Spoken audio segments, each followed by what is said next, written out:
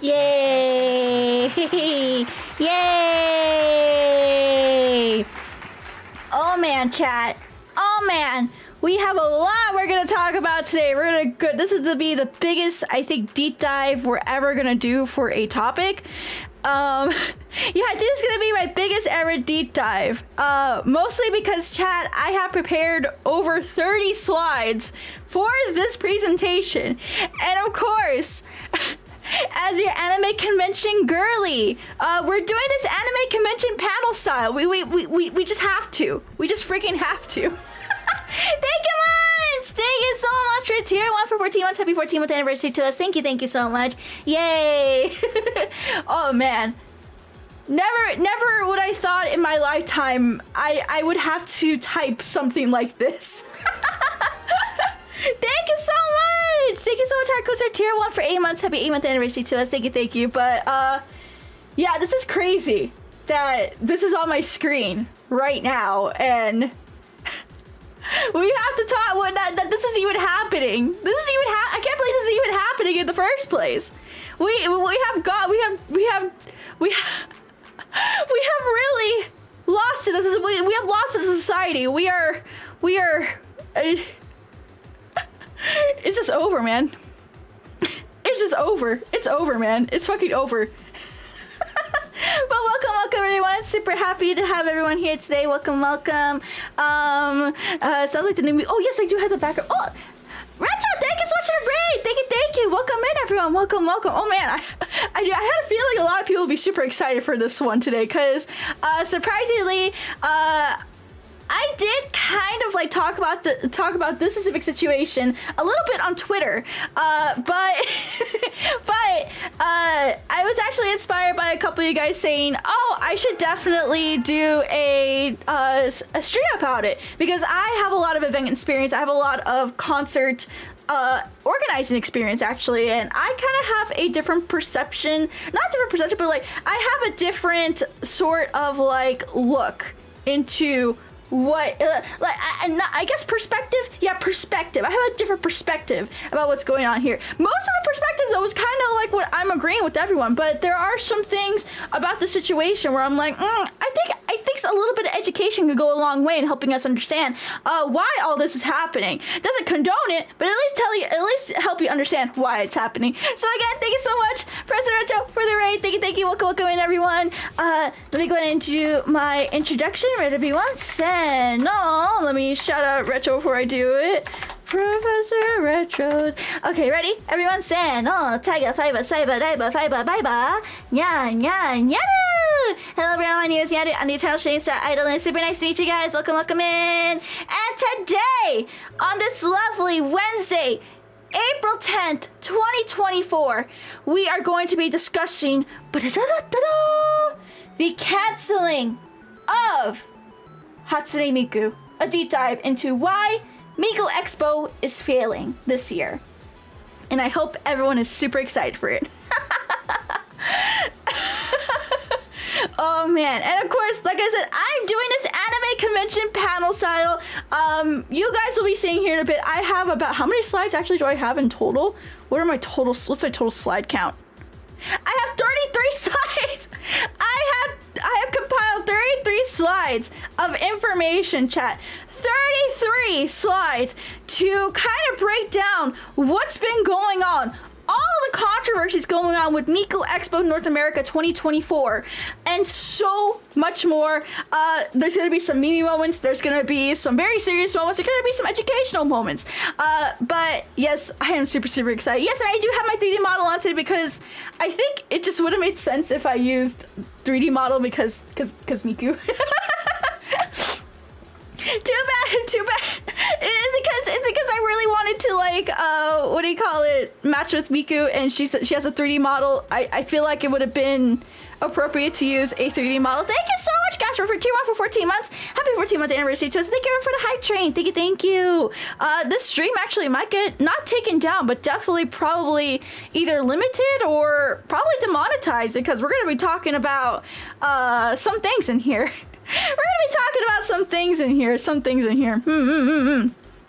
But I'm excited. I'm excited to give you guys my perspective and to hopefully educate you guys, especially if you don't know what the heck is going on. If you're not that big of a Miku fan, you're not that big of like a concert goer, but you still want to learn what the heck is going on. I hope that this helps so much. Had a good time because of the community, but yeah, I wish we had the hologram. We're going to be discussing everything from the LED screen to the hologram to the community, what makes Miku Expo so great and how they fucked it up this year and fucked up probably Miku Expo for life, if I had to be honest with you. Some things are probably, yeah, some things and some stuff too. Yeah. Alrighty. So before we begin, I want to go ahead and say hello to everyone. Feel free to use, if you're on Twitch, feel free to use the hello Nyaru redeem. If you are on YouTube, feel free to say hello in the chat, type an emote, whatever it may be. Make yourself known so I can say hello to you in the participants chat.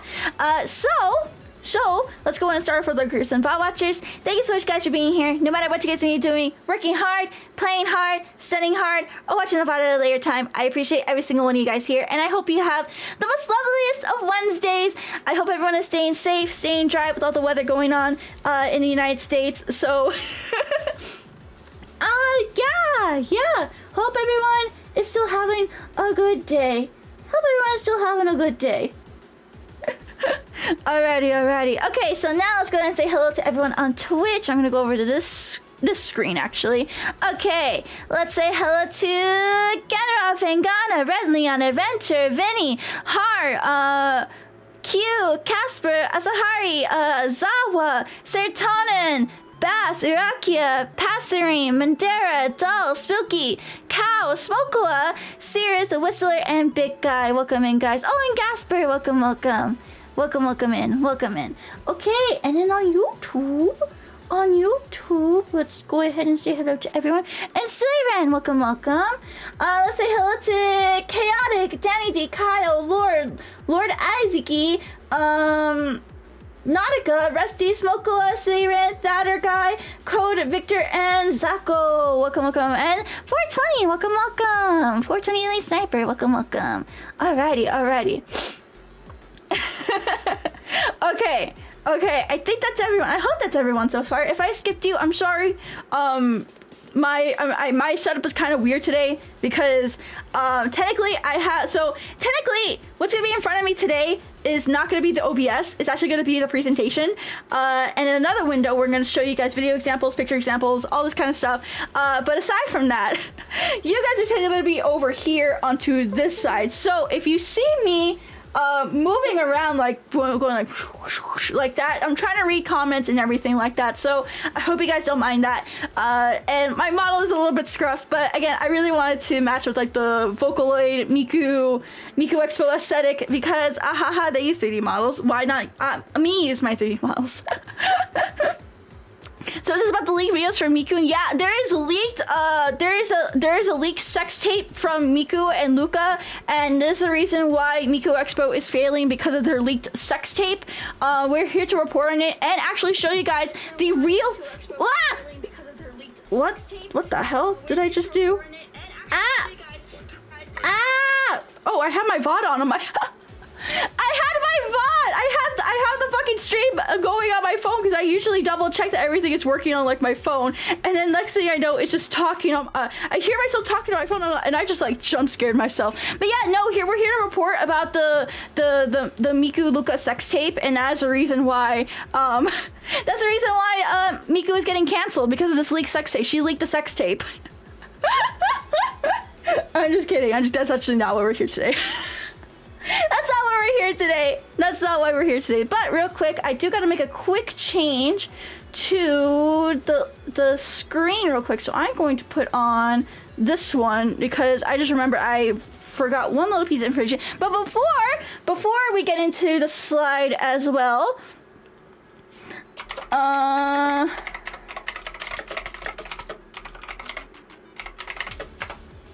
there we go.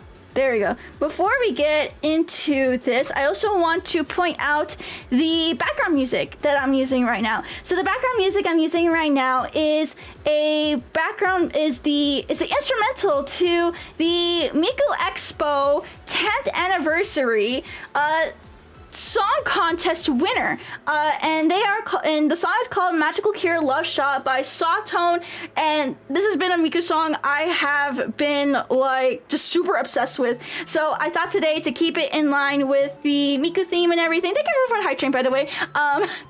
I thought I could put Sawtone's instrumental to "Magical Cure Love Shot" as the background noise, because again, I really like that song. So please, if you can, please support Sawtone. Please stream "Magical Cure Love Shot." I'll be reminding you guys about that at the end of the what do you call it? At the end of the presentation as well. Yeah, alrighty. I think we're ready to go. I think we're ready. One last thing. If you have any questions, I'm gonna be like super focused on trying to present the information. I'm gonna be doing my best to reach out and answer any questions that come through. But I will say, keep questions either to a minimum, or you can say questions towards the end of the presentation as well, just so we don't get on tangents or anything like that. Because I'm already afraid it's gonna turn into a 4-hour stream where I'm gonna be like tangenting really hard. So if you can, you want to help me out, please save all questions if you can to the end, and I'll do my best to still reach chat and answer some quick questions in between all the slides and everything. So is Miku single? Good question. She's not a human though, so I don't think she can feel love or a relationship. We give her the emotions, but can she really feel them? You is Nyaru so cute? ESL chama onegai. Alrighty. Okay, I think we're ready to get started. So like I said, I'm presenting this in anime convention style. So in tune with anime conventions, especially if you go to a panel where you have no idea who the person is. Who the fuck am I? Who is this random like VTuber talking about like Vocaloid and Hatsune Miku? All the fears of Miku Expo fans coming to fruition that a random fucking streamer and VTuber is talking about their precious Hatsune Miku. Yes, I am your worst fucking nightmare, but who the fuck am I? Well, hi, my name is Nyaru. I am an idol VTuber. I am the shooting star idol VTuber to be specific, and I have been streaming variety content for 3+ years on Twitch and YouTube. I really like FPS, I really like FPS, including Team Fortress 2, Rising Storm 2, BattleBit, love that kind of stuff. As well as I do a lot of variety content, of course, deep dives. I've been diving into recently. On top of that, I also do cooking, crafting, hand cams. I do a lot of convention talk. I do a lot of karaoke, singing, dancing. I'm variety. So if you like a good variety VTuber who's a little bit autistic, I hope you're in here for the long run. Feel free to give me a like, follow, subscribe, whatever the fuck. I don't fucking care. Second, I am a decade-old Vocaloid fan. I have been a Vocaloid and Hatsune Miku fan since 2010. I have been to multiple Miku Expos, Miku concerts. My favorite producer is Ryo/Supercell. But honestly, aside from Miku, I really like Rin. I like Rin Kagami. She's always been my favorite. My favorite song is Meltdown, actually. So I have been here. Thank you so much for the follow. I've been around the Vocaloid fandom for a very long time. In and out more recent years, but I was definitely more hardcore dedicated. I cosplay Hatsune Miku, therefore I am given my Miku fan license just for simply cosplaying Hatsune Miku. But yes, I do say I would have experience talking about this because, again, I have been a very long time Vocaloid fan since 2010, and I have been around for a lot of crazy events that have happened in the Vocaloid sphere, and I just really like Vocaloid. Yeah, I just really like Vocaloid. Finally, I think a really important part I really want to point out about this is that I have 10+ years of con and event experience. I've gained knowledge through organizing events and concerts by volunteering and running events at anime conventions. I'm mostly actually specialized in concerts. I have done a lot of concert organization for different conventions and running actual like whole stage departments. So this is why this is not loop. So I think so not only will you be getting a Vocaloid fan's opinion, you'll also be getting someone who has been in the industry for a very long time, and hopefully be able to educate you on some parts of this Miku Expo controversy that maybe it can help you understand why these decisions were made. It doesn't mean the decisions were right, but more of an inside look onto why these decisions were probably made in the first place. Bad decisions, but decisions nonetheless, and decisions I can probably explain and hopefully help you understand. You don't have to agree with it, but yeah. Alright, those are the 3 points I wanted to point out. So once again, hi, my name is Nyaru.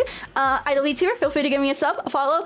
Feel free to member, because I don't know if the stream will get demonetized since we're talking about since we're going to be talking about actual companies today. I don't know if any of them are going to be kind of angry at me. So the best way to support me is to hopefully just continue supporting me in any ways means necessary, whether it be monetary or supporting me by watching streams, whatever it may be. I really appreciate you guys. Thank you for giving me the opportunity to talk about this today. And yeah. Alrighty, so real quick, as a disclaimer for you guys, while I'm here to also provide insight, I will be speaking my own views and opinions, but they are my own opinions. They are things that come from my kokoro that goes doki doki because I'm very waku waku passionate about everything. Also, everything here is alleged for legality reasons. I have to say that it's all alleged. It's not, most of the stuff is just kind of like allegedly he did this, allegedly she said that kind of stuff.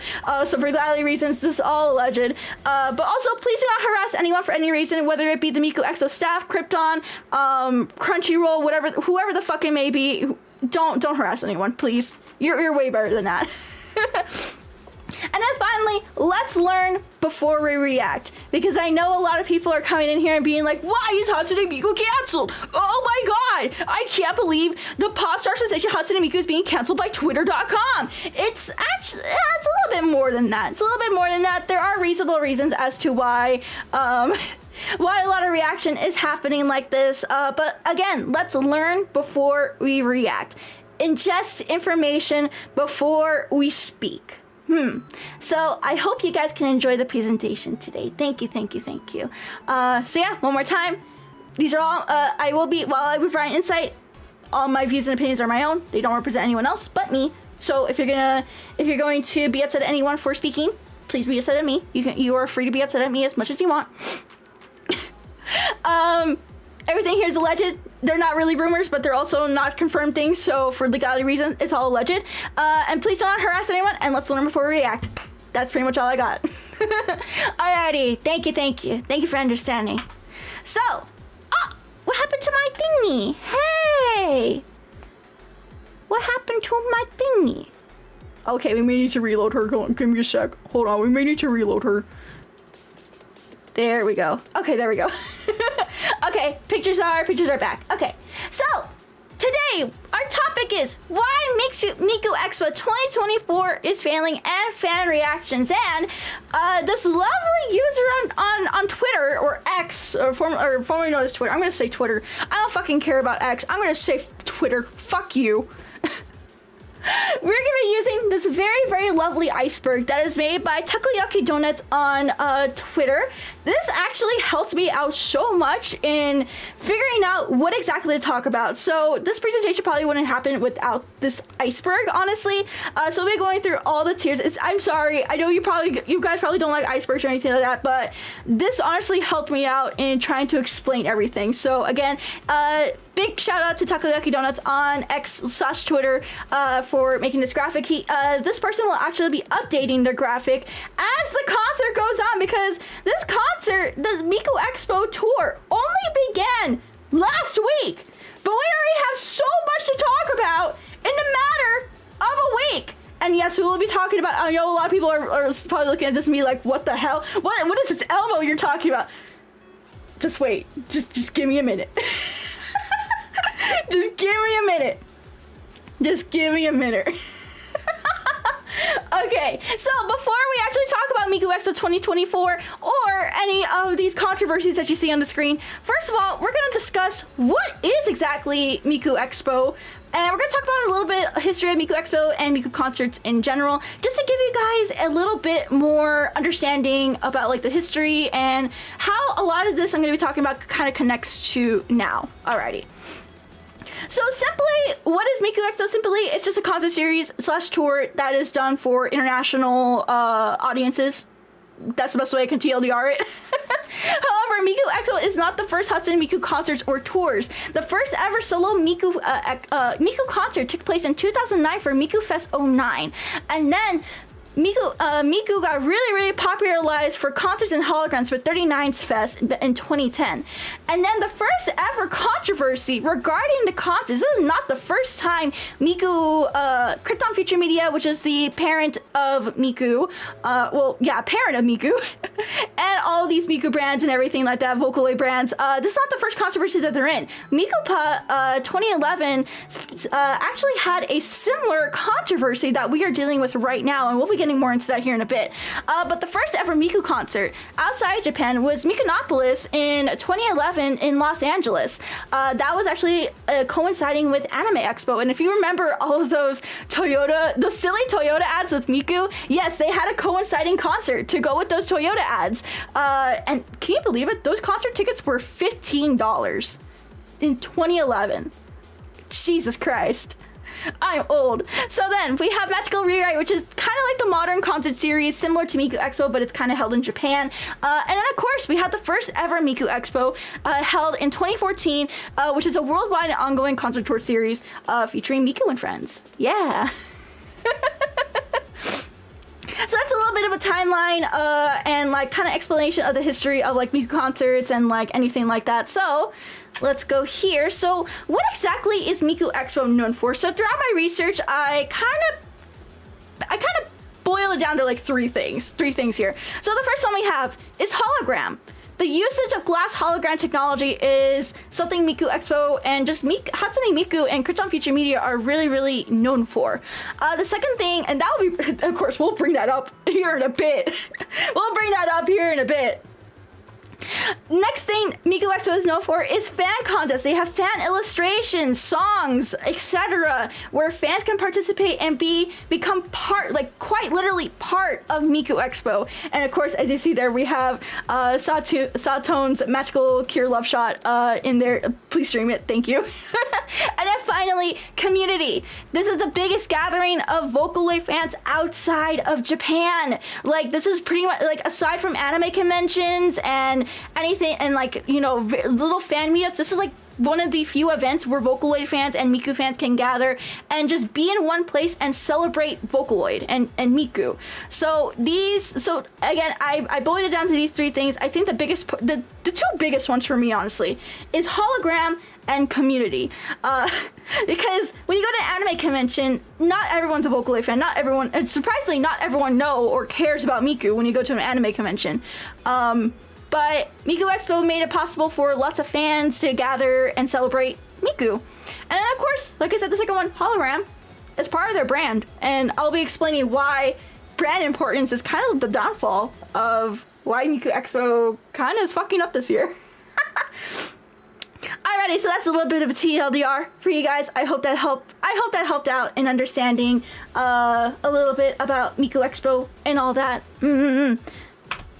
So now we're gonna get into the nitty gritty of it. We're gonna get to the gritty. Is that how the Zoomers say? Is that what the Zoomers say? They get into the gritty, right? When you hit the gritty. I don't know. I'm a boomer as well. I'm a boomer Vocaloid fan. I'm gonna hit the gritty now. And we're gonna get into why Miku Expo 2024 is failing and looking into the controversy behind it. Now it's gonna get kind of deep now. I expected to go through those first couple of slides pretty fast because again it was just more of like flavor text trying to like prep you up for what we're really gonna be getting into today. The shitty gritty, the AVGN, I don't know if that's what they would say. Brown woman hits I do hit the gritty, right? I do hit it. Okay, let's do it. Alrighty, so Miku Expo 2024 North America controversy. We'll be setting the LED stage. I'll see myself out. I'll see myself out for that one. Alrighty, so on April 4th, Miku Expo North America 2024 kicked off in Vancouver, Canada. Upon entering the venue, fans noticed that there was no glass hologram technology. So, as you can see right here, this is what the stage looked like. I'm gonna go ahead zoom it out for you guys. This is what the stage pretty much looked like for everyone. 見えて Thank you so much for the raid. Thank you. Welcome in, everyone. Welcome. Let me go ahead and introduce myself again. Ready, everyone? Seno. Taiga, 𝗕𝗶𝗶𝗴, 𝗕𝗿, 𝗕𝗿, 𝗧, Hello, everyone. My name is Nyaru. I'm the Eternal Shining Star Idol. Super nice to meet you guys. Thank you so much for coming by. Thank you. Welcome in, everyone. We are talking about the cancellation of Hatsune Miku. Thank you so much for the follows. Thank you, guys. Thank you. Yeah, Miku is over. It's so fucking over. But yeah. Thank you so much for the follows, guys. Thank you. But yes, we are talking about the Miku Expo controversy right now, and yeah, Miku is fucking canceled. Miku's canceled. But we're just getting into the beginning of the little anime convention style panel that I'm doing, so you guys are just right in time. Thank you so much again. Thank you. Let me go ahead and give you a shout out before I continue on. Thank you so much again, Ria. Thank you. Thank you so much. Alrighty, we're gonna be jumping back into it. Thank you so much again for the raid. Thank you. I don't want to lose my footing on this, so we're just gonna go ahead and jump back into it. So yes, we are now discussing right now, why is Miku Expo 2024 failing? And like we just said, we're setting the LED stage right now. But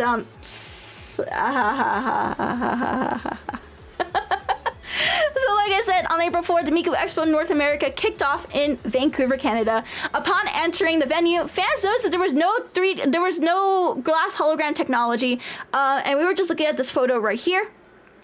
This is what people saw in Vancouver. And as you can see, this looks shitty.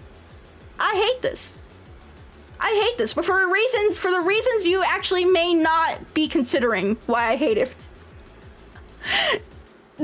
I'll explain why I hate this more in depth, and it has nothing to do with the LED screen.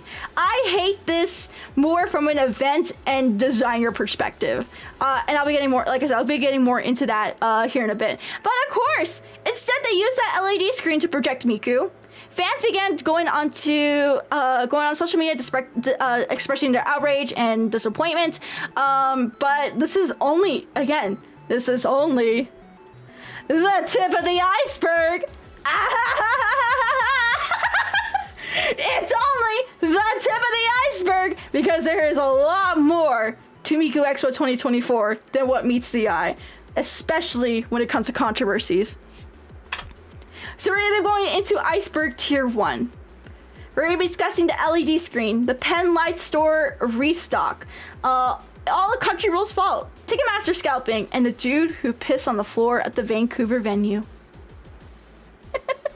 Alright, let's get into this. So, LED screen. We're just gonna jump into it. The LED screen.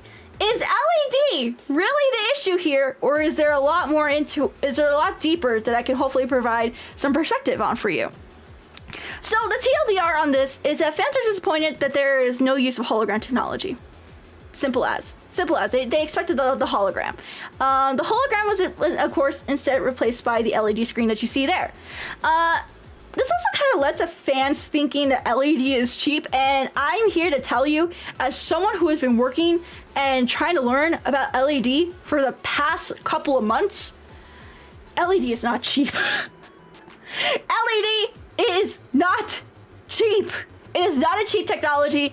It is not the TV flat screen that you think it is. It's not the consumer grade kind of stuff that Miku Expo is using. However, despite that, I still agree that it's kind of disappointing that they use this. but at the same time, I want to make it super clear that LED, I generally don't think, I think the outrage itself is centered in the wrong place, in my opinion. I don't think we should be upset at the LED screen. The LED screen, I actually prefer LED screen over hologram technology, because I have been to a couple of Miku Expos before where either I'm all the way in the back of like the standing area or I'm off to the side. And if you have been to a Miku concert where it has the hologram, you know that light kind of bends funny the more you're at a certain angle, and and like it'll look really shitty with holograms. However, the reason why, again, I am upset that they decided to It's not, the reason why I'm upset is not because of the LED, it's because of the stage design. The stage was not designed in LED in mind. So I'm gonna bring up, of course, we have this example here, right here, super clear as day. And I'm gonna bring up an example for you guys to hopefully understand. Which of course I'm gonna be using VTubers as a fucking example. Of course I am, chat. Of course I am. Why wouldn't she be using a VTuber thing as an example? Cause she's a fucking weeaboo.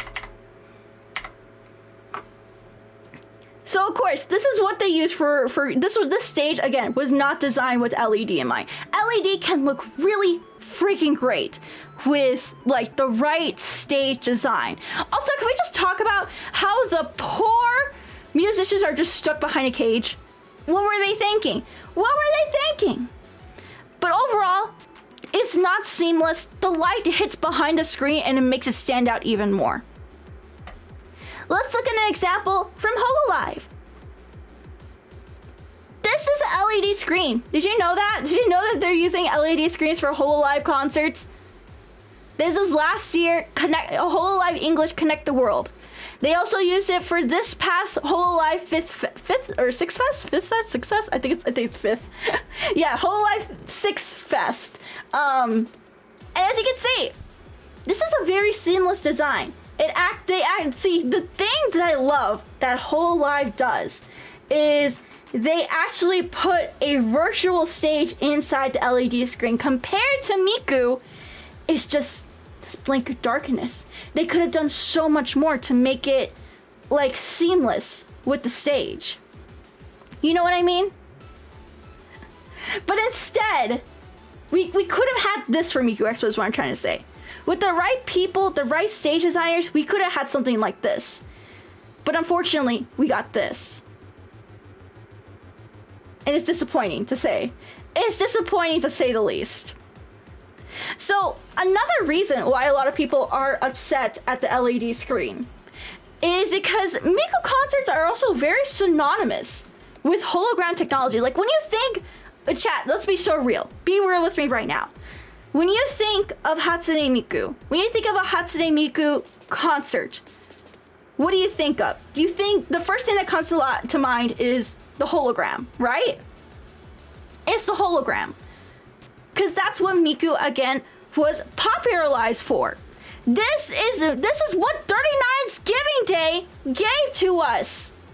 39's Giving Day was the concert that popularized Miku concerts and the hologram technology for Miku. Miku's brand, Krypton Feature Media, Vocaloid is synonymous with holograms because they built that. They built that in their brand. So it makes sense. It makes 100% sense that people are upset that they're not getting the Miku Expo or the Miku concert experience that they were expecting because people expected the hologram. And of course, after all this controversy happened with the LED screen, a rumor out there is some fans have actually started sneaking into venues, starting at the Portland show, to confirm if it's LED or hologram. And so far, for up until I think yesterday was the second day of the San Jose stop for Miku Expo. It was still LED screen. And it's also fair to note that this is not the first time Hatsune Miku, Krypton Future Media, and Miku concerts in general have had this kind of controversy. LED screens were used at Mikupa 2011, which is, of course, we highlighted that right here. The first ever controversy for Miku concerts happened at Mikupa 2011.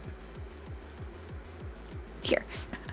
And it caused similar outrage and controversy. So you think a brand that has experience with this kind of controversy before probably would not make the same mistake again, but they somehow did? You know what I mean? If it didn't do good this time during Mikupa 2011, what makes you think that it's gonna do good either here, or how can you approve it from Mikupa 2011 and make it a lot better than what it was then. But again, they decided to go the route that you see right over there, and it's disappointing. Disappointing to say the least. So the TLDR on this slide is, I don't think the LED thing, for me personally, is a real issue. I personally prefer LED over hologram technology. Hololive actually used to use hologram technology for their earlier concerts, but they eventually upgraded to LED because they were able to make a lot better environment out of it. But at the same time, the stage was not designed with LED in mind compared to our Hololive counterparts. As well, when we think of Hatsune Miku concerts, we don't think of an LED screen, we think of holograms. So for that reason, LED is not the real issue here. It is the experience. We lost the experience that we associate Hatsune Miku with. That's what we associate Miku concerts with, you know? So this is only, again, the LED thing though, is only the tip of the iceberg. This is only the tippity tip of the iceberg, because we have a lot more to go through. We have I still have 20 more slides for you guys, more controversies. But this is the TLDR on the LED part. However, who is there to blame? Who is to blame for all this? Well, let's go ahead and dive into that at least. It's all Crunchyroll's fault. Yeah, Crunchyroll made a huge fart, and this is the product of it. But yes, it's all Crunchyroll's fault. Who is to blame for this exactly? So of course, as you can see probably in the chat right now, there's a lot of people who do not like Crunchyroll, and for very valid reasons.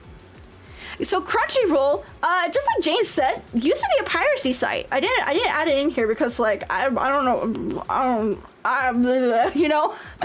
But Crunchyroll, as of right now, is an American entertainment company that focuses on just distributing license of anime films and television series.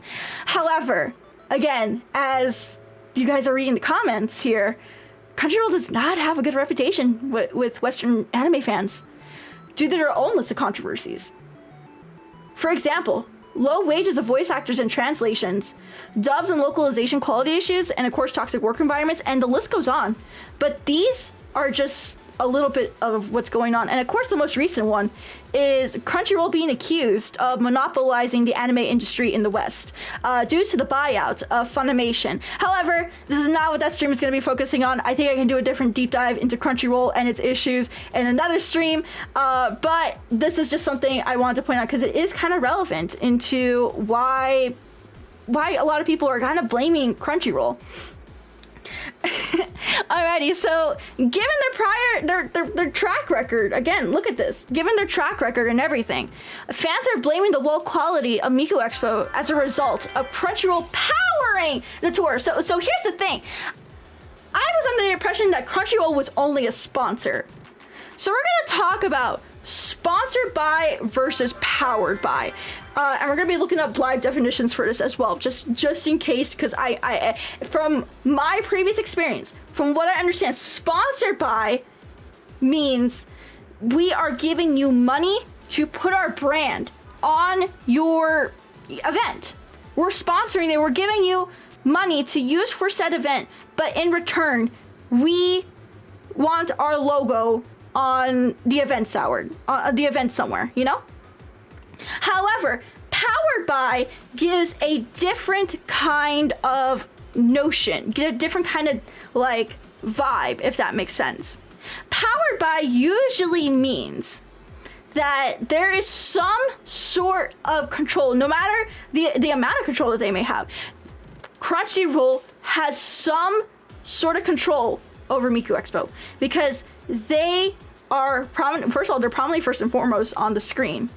However, powered by gives a different sort of vibe, if that makes sense. So real quick, we're gonna look up the definition of powered by definition. So yes, powered by is a marketing term used to indicate that a product or service is supported by a particular company or organization. It often appears on websites, advertisements, and other promotional materials. So, because of that, allegedly, there may be some control of Crunchyroll Expo, or not Crunchyroll Expo, sorry, I was thinking Crunchyroll Expo, god damn it. There may be some control of Miku Expo because Crunchyroll is involved, Crunchyroll is powered by. You know what I mean? However, again, this is all alleged, and these sort of things kind of vary between company and agreements and contracts and things like that. So what I'm saying here actually may not be super reflective of what may actually be happening. However, because of the bad reputation Crunchyroll has, it is fair that fans are blaming Crunchyroll for a lot of what's going on because... Do I gotta say it? Do I gotta fucking say it again?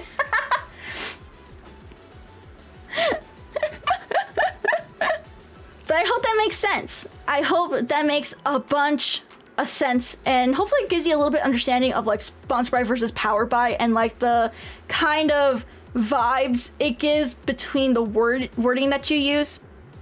So yeah. Any questions so far? I'm gonna do a little pause right here for you guys. Do you guys have any questions so far? Any sort of comments you would like to make? I want to read some of the chat, so that's way, in case anyone is listening to the VOD and can't look at the chat. I want to be able to say it. Ato's concert studio was powered by Crunchyroll. In the case, the entire backstage was an LED wall in each concert. However, that was Ato's brand. Ato's brand to backlight so brightly it hit her face. Exactly. See, that's another thing that I'm also confused about too when it comes to Crunchyroll powering Miku Expo. Because from what I understand, Ato's concert tour here in America was amazing from what I understand. Like, the quality was phenomenal. But somehow we're dropping the ball with Miku Expo? Do you know what I mean? It's kind of weird. And another thing is too, why is a anime entertainment company focusing on distributing and licensing of anime films and television series working with artists like this, trying to produce artist concerts here, you know? It's kind of like out of their scope if you make about it. You know, if you think about it, it's like out of the scope of like what they specialize in. It doesn't really make much sense for sponsoring and just being like, we want to support the tour and like just put our logo somewhere. Sure, I get that. But again, powered by brings another sort of vibe to it. You know what I mean? Sponsors like getting supported, being powered by is like being on a leash, and not in a good way. No kind of business, very interesting so far. I love it. Oh, thank you. Ado did some anime themes lately, like Spy Family and One Piece. But Ado herself is, while she does Annie song, she's still a artist. She's not like she's not an anime herself. She's not a, you know. So, she's not like a license or a film or a television series or an anime. She's an actual performer, an artist. So what is Crunchyroll doing? Trying to, you know, control artists who are coming here to the United States, if that makes sense. Not sure if I ever actually see someone that says powered by, but powered by is used by a lot of companies actually. It's very, very common to see it. But the popular one is to use sponsored by, because sponsor, you at least know what that means. Powered by is, I don't want to say it's very recent because I have seen it used in like the 2000s, from like the 80s and 90s and even 2000s.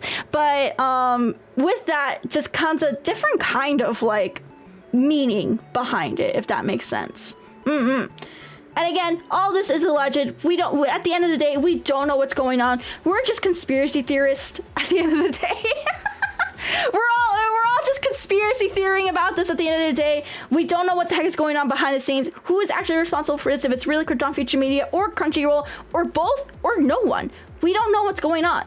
But this is all theories, fan theories, a game theory, a Miku theory.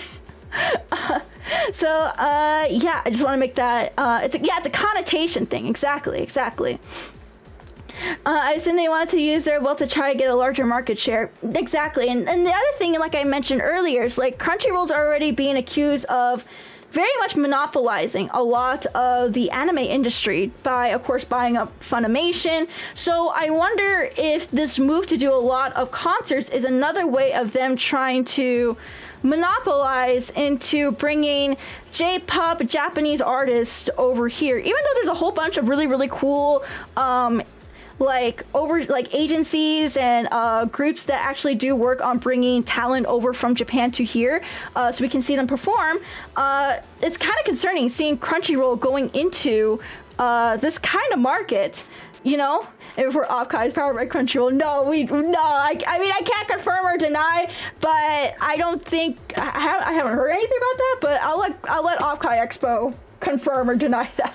But trust me, no, they're we deal with VTubers first. We deal with VTubers first. It doesn't make sense for them to do so. An explanation they're going to be just as silly. Might be them trying to find a new niche because it's writing on the wall for them in anime. Maybe there's gonna be a lot of reasons. There could be a lot of reasons behind why they are getting into this market recently. So yeah, that's just a little bit, I'm glad we can have a conversation about this. Thank you guys so much. I hope you guys had new insight on what may be going on. But again, this is all speculation. This is all alleged stuff. Nothing is proven until someone officially speaks out about it. So I just want to make that super, super clear as well. Alrighty, so that's the TLDR. Everyone's blaming Crunchyroll because powered by Crunchyroll. There is speculation and there is assumption that Crunchyroll is controlling everything right now. And with the previous track record of Crunchyroll, no one trusts them. No one thinks they're going to be doing a good job. Okay, quick water break real quick. Quick water break.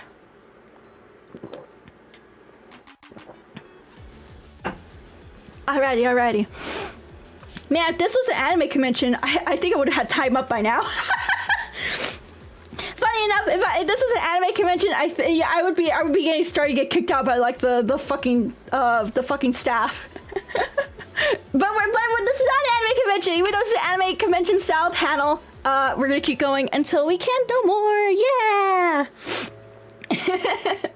Alrighty, so the next controversy that has been happening is Ticketmaster scalping and event organizer actions. Yes.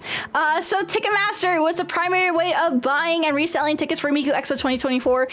The initial prices upon release were $75 for GA and $200 for VIP plus some perks. Reselling prices before the controversy. So the image I have up here are prices before the controversy, before the tour even started. This was general pricing, I think if I remember correctly. So GA pricing ranged from about $500 to $1,000. Some VIP pricing, $1,000 plus. And that's before fees. That's before fees. So along with Ticketmaster fees, the average fan probably spent around $200 for 2 tickets to Miku Expo 2024. Makes sense. However, for reference, Mikunopolis in LA were $15. That was in 2011. That was the first ever Miku concert held in America and in North America and in the West, outside of Japan, period. $15. But I do want to say, keep in mind that they were probably subsidized by Toyota because that was a big Toyota sponsorship thing during that era. So keep that in mind. But also as well, previous Miku Expo prices ranged around $75 for $100 for 2 tickets. I remember going to a couple Miku Expos and I paid like, what, $100 for 2 tickets? That's with fees. So prices have been going up. Of course, inflation is the thing.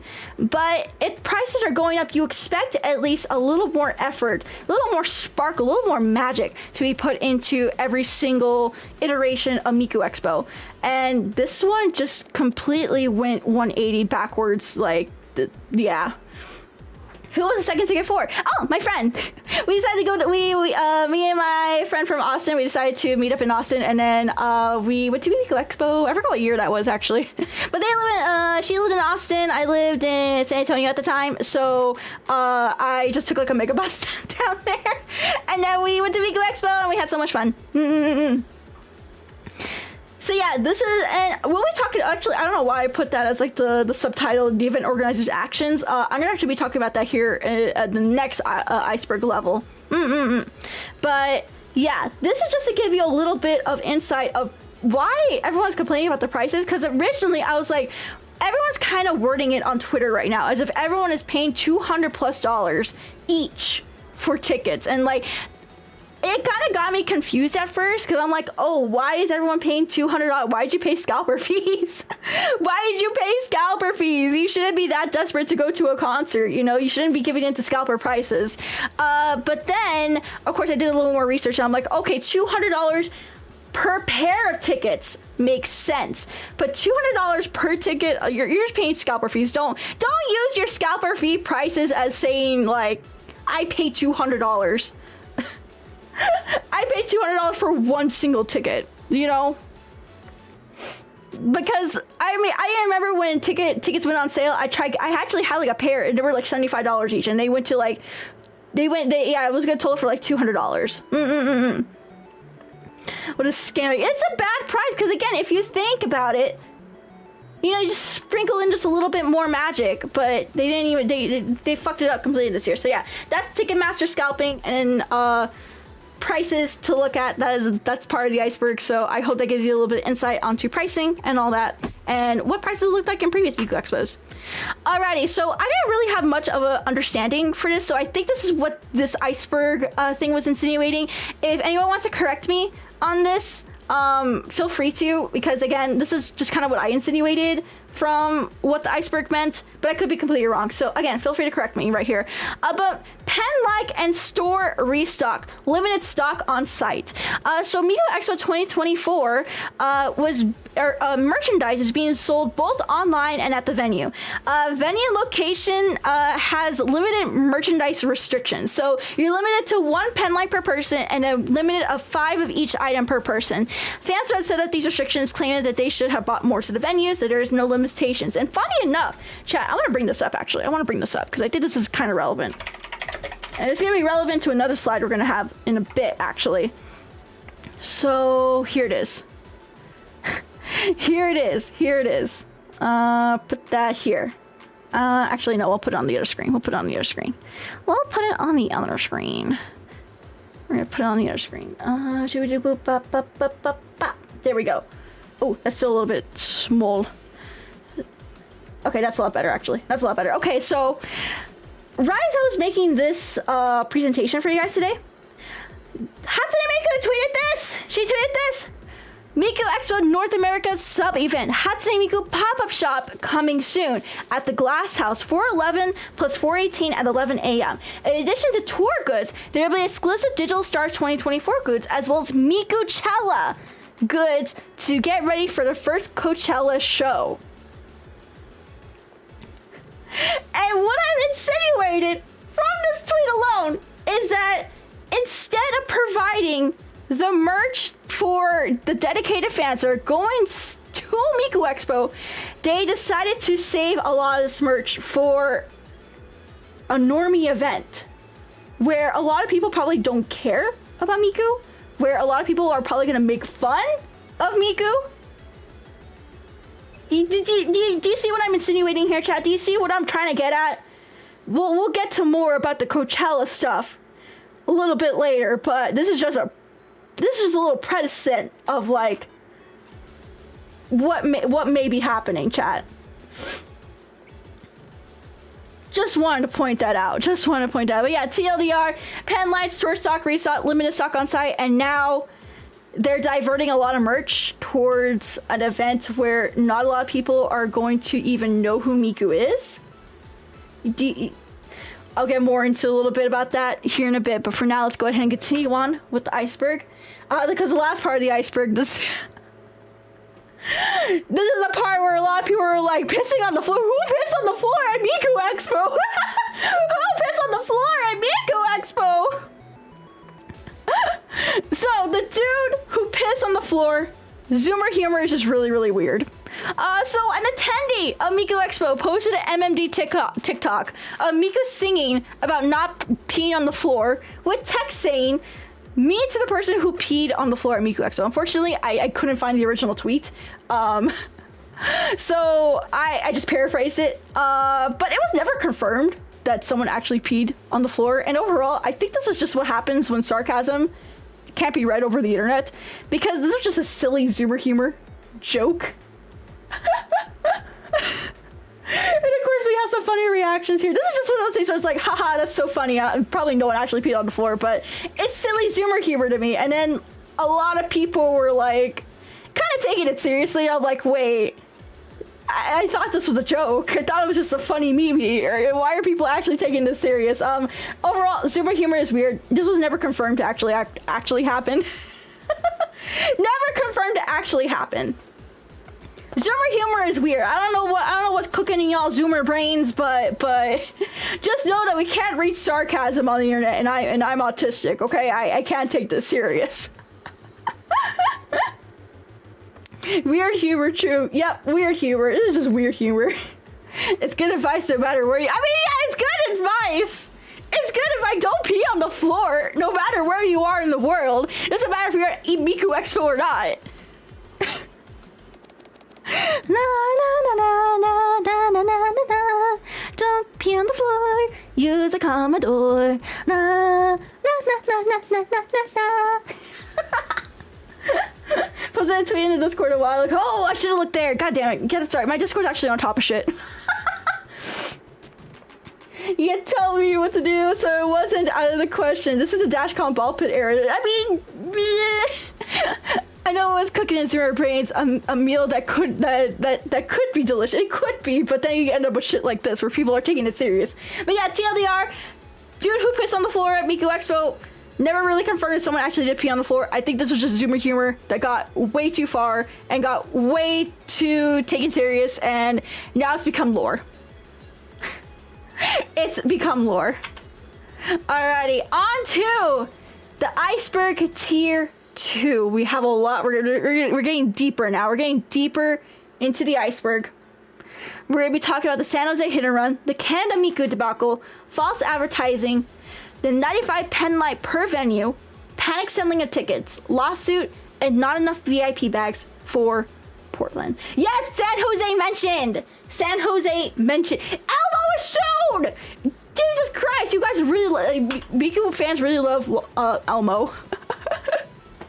Elmo is a confirmed Vocaloid now. Anyways, lost. So I'm actually gonna be combining two of these into one slide just because like they're kind of coinciding with each other, and I couldn't easily TLDR the information for you guys. So we're combining lawsuit and false advertising into one slide for this, for simplicity's sake, because it's gonna be easier for me to talk about. So lawsuit and false advertisement. Fans are creating a class action lawsuit. So after Vancouver, fans began posting about the possibility of suing Krypton Future Media and Crunchyroll for false advertisement.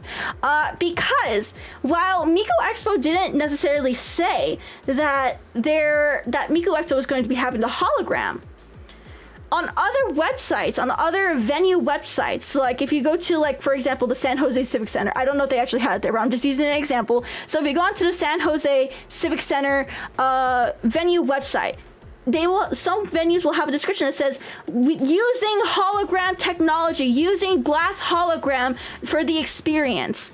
Meanwhile, other venues didn't have a description on there. So because of this, there is a lot of talk about, false advertising happening. But again, Miku Expo has actually never confirmed if they were using the hologram or anything like that for their advertising, or it's not on their website at all. So it may just turn into a nothing burger at that point, but other fans have also started a change.org petition to demand full refunds, and also began raising awareness for a class action lawsuit. However, there are Miku fans out there that are saying it's not really worth the time because lawsuits can be really, really time consuming and expensive. Lawsuits typically go on for like a year. I've seen some go for like 10 years. This could be a year to like 10-year process. And another thing, anytime I mentioned too, change.org petitions also really don't do much, period. They're not official sort of like petitions, if that makes sense. They're just gathering of information. Gathering of information who just tells people like we're interested in this, but no one actually listens to these change.org petitions. Despite it though, that petition has reached over 5,000 signatures as of right now. I'm not going to be linking the petition, not going to be linking any people who were talking about it or discussing it. This is all just general discussion and what is currently going on in this controversy. But from my personal opinion, I would have to agree with the other Miku fans saying that the lawsuit is expensive. It's time consuming. Like, yeah, you may be like a kid, like an 18, 20-year-old kid thinking you have all the time in the world to do it. But the moment you start getting hit with the legal fees and like taking up so much of your day and your time just to get like what, $75 back? Is it really worth it at the end of the day? Is it really worth $75? Because they ain't gonna be refunding you those Ticketmaster fees. They ain't gonna be refunding like all your costs and transportation or anything like that. They're not gonna be refunding your hotel. It's their time and money. Let them do it. That's another thing too. It's like, as much as I don't like agree with it or like see any point in it, it's their time and money at the end of the day. I'm just stating how I personally feel about it and how I would go about it. It's just not worth it. It's not about it's about sending a message. I think there's better ways of sending a message than spending this much time and resources and money. For example, there's a lot of people saying that they are not even going to be going to Miku Expo anymore. They're already getting refunds from their credit cards and their banks and everything like that. There's people just saying we're not going to go at all, period. Giving away their tickets for free, refunding like their merch and everything like that. I think a boycott is a lot better. Boycotts are cheaper, and I think they're way more effective because you actually speak with your money versus spending your money on lawyers who are going to be funded or who are going to be getting money from your pain and suffering. If you think about it, boycotts are way more effective than that. Class actions never result in any real compensation. They might get $1 back. Exactly. Like as an adult, it just doesn't make sense to me because again, I'm on the older side of everyone and I have seen the results of like this kind of stuff, and it's at the end it's just really not worth it. But again, I'm not here to tell them yes you should do it, no you should do it, you're stupid for doing it. I don't really care what they do at the end of the day. I'm just giving you guys how I feel and how I would approach it. It's not saying that they should be or shouldn't be doing X, Y, and Z. Just verify class actions and losses cost no lawyer fees. Depends on the lawyer, though. Depends on the lawyer. If it's a boycott, you're already paid, though.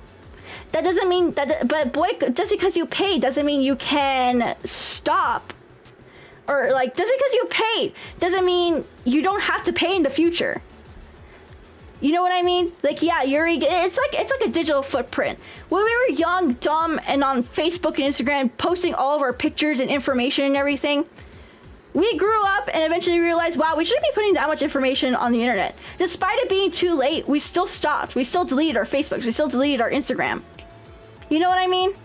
You have the ability to stop your support and divert your money into somewhere else. If that makes sense. I just think boycotts are more effective. That's what I'm trying to say. But that's giving a little bit more insight on the lawsuits and false advertising allegations and potential class action lawsuits that may be happening. So if you guys want to keep more on that, if you want to keep updated on that, feel free to just head over to Twitter. Just look at Miku Expo. Look at the Miku Expo hashtag. Lots of people are talking about it. But yes, we must go deeper, though. We must continue going deeper, because trust me, we're still only at the tip of the iceberg. So, of course, with everyone panicking about, like, the quality and everything, panic selling of tickets were to happen. And this is the actual event organizer's response to everything. So, as you can see here, Canada, is that $5? Canada $5 bills? Yeah. Canada $5. They went for as low as $5 for resale. However, the event organizers turned off the ability for fans to resell their tickets on Ticketmaster. If you go on to Ticketmaster right now and you try selling any Miku Expo tickets, you cannot do that anymore. Because it says, there'll be a pop-up that will say, sorry, the event organizer has turned off this ability. Look, we can trust it right now. We can trust it right now. Ticketmaster.com. Let's go on Ticketmaster.com. Sorry, my screen's gonna be a little bit weird and funky looking. Miku Expo. Miku Expo. Wow, Miku Expo's not even on here. There we go. Miku, I'm gonna look at the Denver location. That's the one I'm going to. Also, you may not be able to see it, but prices do say $61, and this is a resale ticket. So...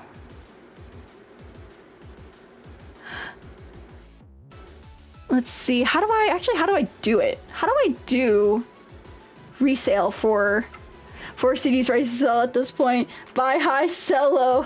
We must go do it. Wait, they chopped the ability to resell tickets? That's real scummy. I'm trying to, cause like, I was able to access it yesterday, but I don't know how to do it on, I forgot how to do it on desktop. I was able to do it on mobile. Oh, I should have taken a screenshot. Of it.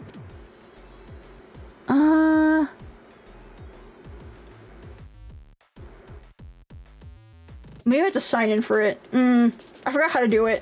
Fuck. I forgot how to do it.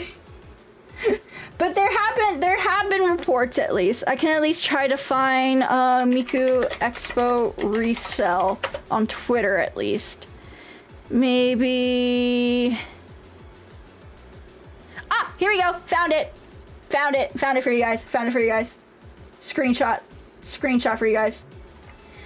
Option to sell on the Ticketmaster marketplace has been turned off by the event organizers. Please check back again as this may change. This is for Miku Expo 2024.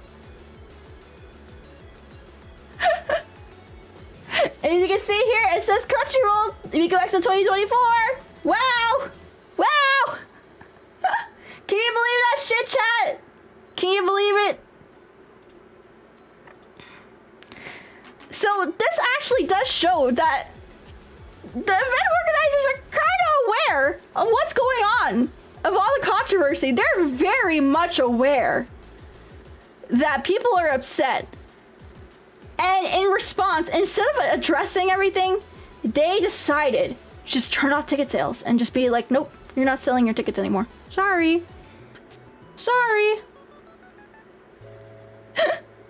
Fucking Crunchyroll. I honestly don't. So this is a screenshot from Twitter. No, I was able to even access this. I just don't know how to do it on the fucking browser. I was able to even access that same message for myself yesterday, but I should have taken a screenshot. I didn't think it would be hard to fucking access it on like fucking browser, but it's fine. But yeah, this is panic selling and event organizer response. They shut off ticket sales, and this has been reported by a lot of people, not just this one user on Twitter, not just me. If you ask people, I think between the San Jose show and the Vancouver show, there was a lot of people trying to sell their tickets, and at one point they just would not, like, what do you call it? They wouldn't fucking let people sell them. So yeah. Okay, this is a little bit of like a, I actually don't know much about this, but I'm assuming this is what happened. So there was not enough VIP bags at Portland. So can we get an F for Portland, Oregon? Let's get a fucking F for Portland. But TLER staff somehow didn't account for enough VIP bags for VIP ticket holders in Portland. The VIP bag just come with a bag, tote bag, badge and lanyard, and some exclusive stickers, merch, shit like that. But yeah, they didn't have enough, so some people, I believe, went home empty-handed. From what I understand. But that's the TLDR. It's a pretty small section. Pretty small section for this one. Apologies for that. But we're gonna get back into being a little more juicier now, because did you know that they limited 95 pen lights per venue? But why? Why would they do that? Especially considering the original reason why they wanted you to buy the pen light. So hold on, let me set the stage for you guys, the LED stage. Originally, Miku Expo staff asked fans to not bring unofficial pen lights to the venue due to it interfering with hologram technology.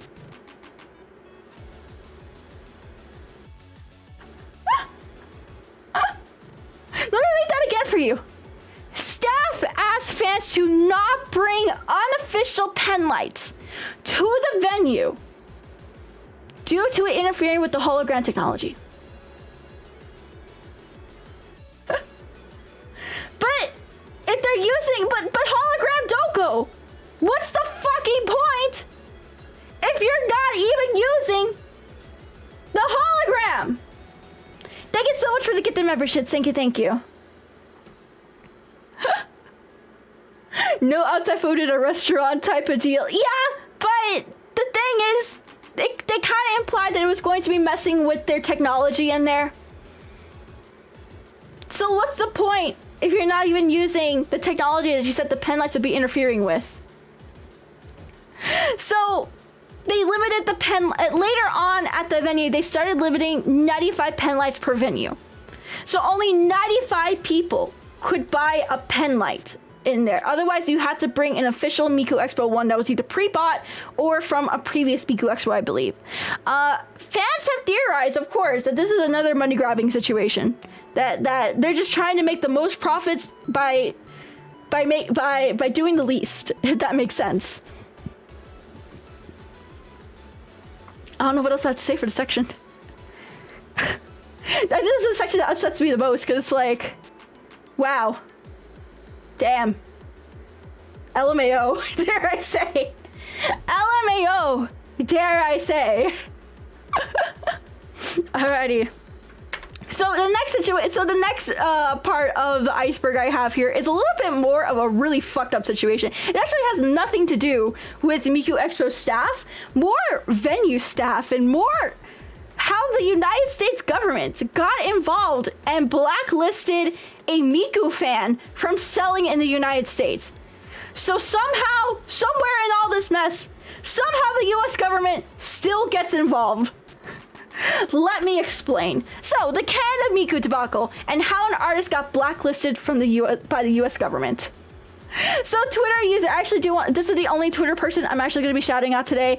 They're very, very lovely, if anything. They are just a really, really big Miku fan. Their name is PeckYVR. I hope you guys can show them some love because they organized a flower stand and cardboard project to celebrate Miku Expo in Canada. Despite obtaining, there is proof on it, if you want to go look at it, there is proof on their Twitter where they did at Krypton Future Media. The venue, asking Krypton Future Media if they can have their standee and cardboard displayed outside the venue.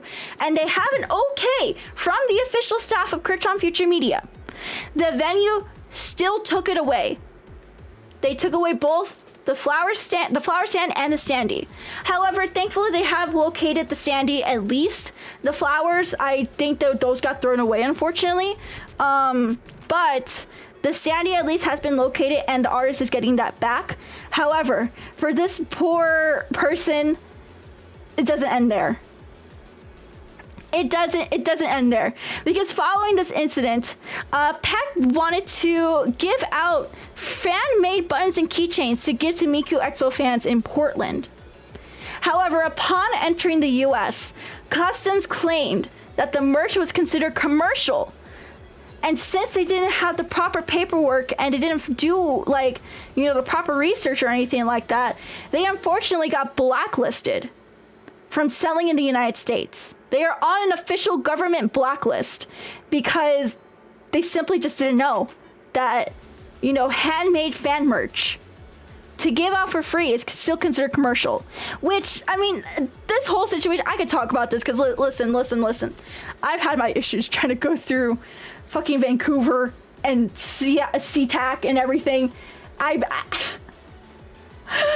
SeaTac and YVR are the two most shitty airports for me to go through because guess what? I'm brown. They'll accuse me of anything.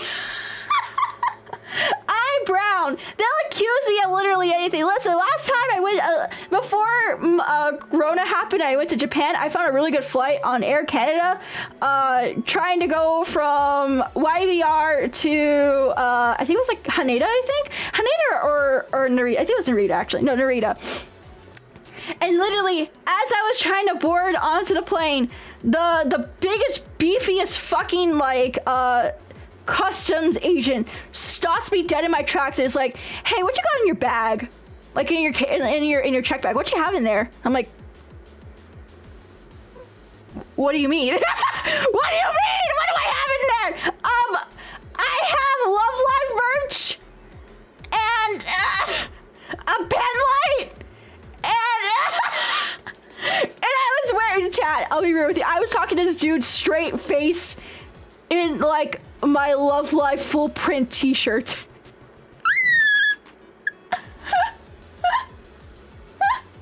Okay, that was going all the way over there. On the way back, they stopped me.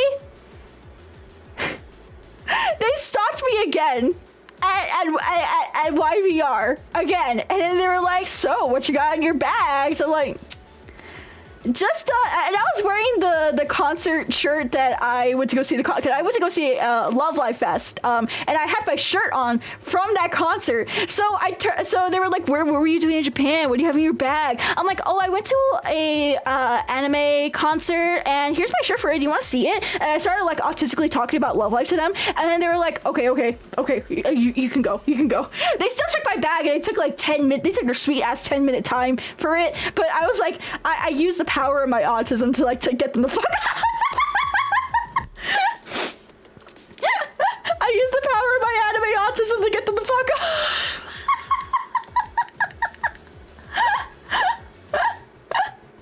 But I feel really bad for this person. So again, if you can send them some love, chat, because they are just really dedicated. They love Miku. This person really loves Miku, and it's just so unfortunate that this has happened to them. It's not even Miku Expo's fault. It's not Krypton's fault. It's no one's fault but the venue and the US government. So if we're gonna be blaming anyone today, we are blaming the United States government.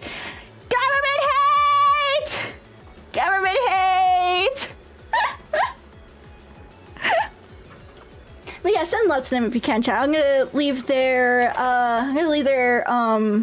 Twitter again for you guys. Go give them some love. You can go read more about their situation and get any updates from them on their Twitter. But yeah, send them some love. Look, they did such a really cute fan project, and to see it get treated like this is just so disheartening. It's the reason why a lot of fans, like diehard fans, like kind of fall out because of situations like this. So, But that's that. That is the Canada Miku debacle and how an artist got blacklisted from the government. And now, the creme de la creme. I know a lot of people were waiting for this one, too. A lot of people were waiting for this one, too. The San Jose hit and run. How people almost died at Miku Expo. It just gets worse. I feel like the more we talk about Miku Expo, chat, the worse it just gets, okay? The worse it gets. Before I do that, let me go ahead and take a seat. I'm gonna take a quick just water break. Gotta hydrate or dihydrate, chat. Ugh. Hydrate or dihydrate. Everyone take a sip right now. Everyone take a sip right now. We've been talking a lot.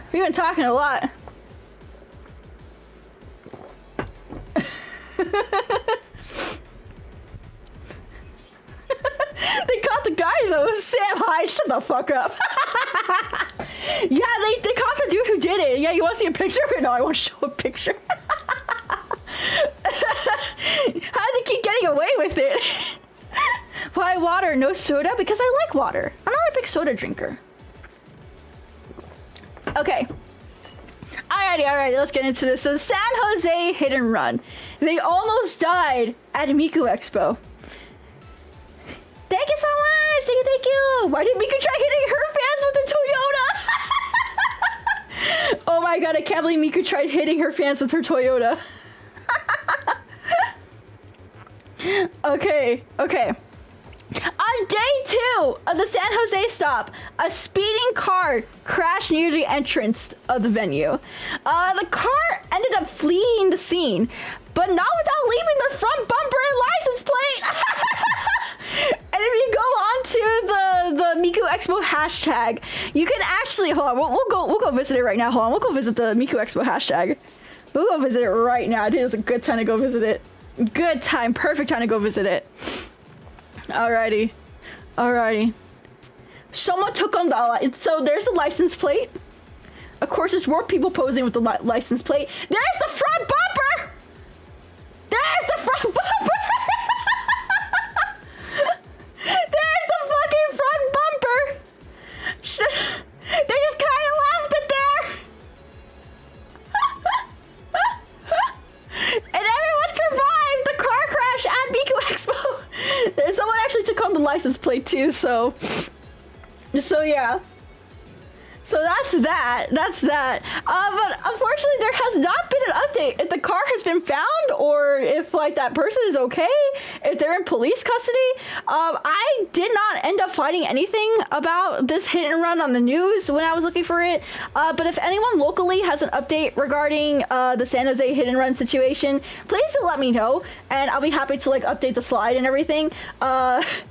I just could not find anything myself for it. So it's California, so the person who took the plate will probably get arrested. The driver will never be found. So real, so true, 𝗠𝗠. In Cal, they probably won't even pursue. Yeah, they probably won't even pursue it. But again, if anyone has an update on it, feel free to let me know. I just could not find literally anything because again, California, common California L.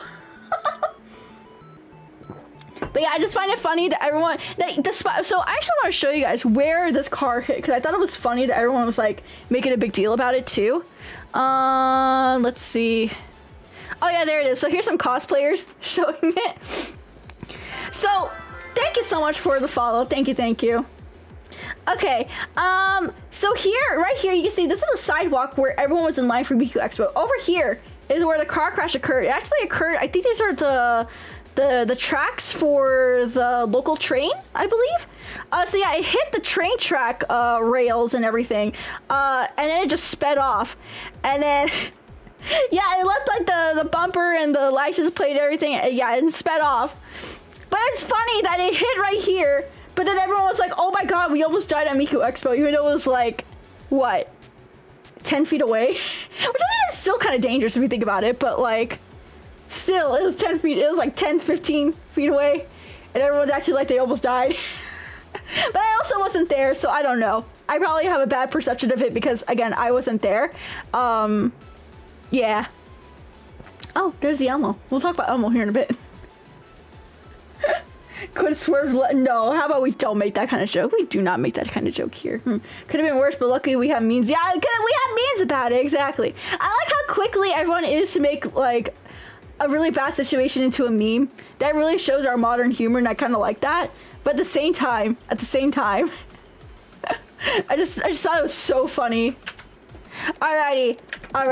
So that is it for the tier 2 of the iceberg. We're now getting into tier 3. Tier 3 includes one thing I just could not find information about, so if you have more information about it when I get to it, please let me know. But we're going to be talking about some theories now. That's right, we're getting into the game theories now. Oh my gosh. So, we'll be getting into 4 things here. The glass screen is at Coachella rumors, which we're going to be bringing up that one point I was talking about earlier. A good chunk of the budget went to intergalactic bounce envy theory, local musicians not NKP39, and Garfield PNG. I don't know what Garfield... So, Garfield PNG was the one thing I just could not find anything about. So, I'm going to have to rely on you guys to educate me on that. But for now, we're getting into probably one of my favorite talking points of today. This is going to be one of my favorites. My favorite theory right now. The glass screen is at Coachella theory. Is Miku giving in to normies? So, if you don't know, Coachella, of course, is a big music festival featuring about 100 musicians and artists, and it's being held for 2 weekends in April. Of course, the first weekend is happening this weekend, and Miku is actually set to appear this Friday, April 12th. So this Friday, we'll figure out this news. We'll figure out if this theory is true. Fans are theorizing that the hologram is being used for Coachella and will return once Miku's performance for Coachella is finished. This makes sense. In hindsight, this makes sense because Coachella is an outdoor event, and hologram and outdoor lighting do not mix at all. If you have ever played with a hologram screen, even if it's like with your little glass like thing with your phone or whatever, you know if you take it outside, it's gonna look like crap. So it makes sense that they want to first use the hologram for there and to do as much testing and setting adjustments as possible, it's very valid. It's very concerned. It's a very reasonable concern. However, why is Coachella more important than the experience of dedicated fans for Miku Expo? Why is an event filled with people who don't even know who Miku is? If they know who Miku is, they're gonna exploit her for whatever silly little TikTok that they're gonna make making fun of her. People at Coachella are not fans of Miku. So why is Krypton Future Media, why is Crunchyroll spending so much time, resources, creating unique merch, making a pop-up shop? Why are they spending so much time, resource, money into an event where only maybe 0.01% of people will care about Miku? Instead of giving the experience to the dedicated fans who already pay specifically to see her at Miku Expo. And we see this time and time again in media, actually. I mean, we all know about like the shift in video games, especially like video game directors and video game staff, where you see people. We used to have such a passionate people working in the video game industry. Now we don't, because it has been overtaken by the same type of people who want to, you know, open themselves up not to a general audience, but to open themselves up to an audience that didn't even support them in the first place. I mean, look at the state of video games. The shit, exactly. This is a video game. I'm using the video game analogy here because I think that's exactly what's going on here. And again, this will all be confirmed this coming Friday. If I see the hologram here, chat, I think Coachella, I'm gonna be real with you. I think Coachella is gonna be the fall of Hatsune Miku. I hate saying that, but I don't like how the experience for fans at Miku Expo had to suffer for an event like for an event like Coachella. I don't like that. And if it does end up being the hologram is there, it's a big slap in the face. It's such a big slap in the face to the true dedicated fans who are spending so much money, so much time to travel, to go to venues, buy specific merch, and be there just for Miku, not for whatever rapper or like whatever artist, normie English musician that is there. You know what I mean? You know what I mean? And the hologram being there would be worse. So a funny thing about Miku being at Coachella. How do you spell Coachella? Coachella. I never even knew how to fucking type that shit. So funny thing about Miku being at Coachella. This is not AM. So this is the time slot for Miku. I'm gonna show y'all the bigger thing. The bigger thing. Okay. Open. So this is show Miku on here. Yeah, there you go. So here's Miku. Here's Miku right here. This is AM. This is an AM time slot, not a PM time slot. Not. Oh wait, actually no. This is 12 a.m. 11, 10, 9, 8, 7. Wait. Oh wait, no, I did read this wrong. Okay, so no, this is PM. Okay, never mind. Sorry, I read this wrong. Sorry, the AM on here kind of threw me off. Okay, so no, this does make sense then. The AM on here really threw me off for a minute because I thought it was like, wait, 9 a.m.? Why is she performing at 9 a.m.? Doesn't make sense because if they're using the hologram, it's not going to look really, really good. You know? No Miku sunrise set. No Miku sunrise set. Okay, so this is again at 9 o'clock at night. And it's going to be almost a 40-minute set? No, 50-minute set. 50? No, hold on. 50 minus... yeah, 50-minute set. It's going to be a 50-minute set. A 50-minute Miku set. Right after YOASOBI goes on stage. So We're gonna find out. And there's live streams. There's gonna be live streams of this concert going on, I think, on the Coachella YouTube. So the moment, literally the moment I see that fucking hologram, I'm just gonna confirm to you now, it's gonna be fucking over for Miku. They rather put the time and resources to just go to an event like this and just leaving dedicated fans in the dust. Like, I feel like that's... I'm not even attending Miku Expo. I didn't buy tickets for Miku Expo. And I feel slapped in the face. Just by knowing this information. Like, I want to cry. We're gonna play Coachella and the screen's blue, and there's screens blue all around in the wind. See, but here's the thing. I think Perfume is perfect for Coachella because they have that unique sound for it. But Miku, I feel like Miku is just there to be laughed at, to be pointed, to be made fun of, because. Oh my god, don't get me started about how much, like, normies love to make fun of, like, random wacky things that are so kooky crazy from Japan. It's... You can go on TikTok and you can see someone doing that.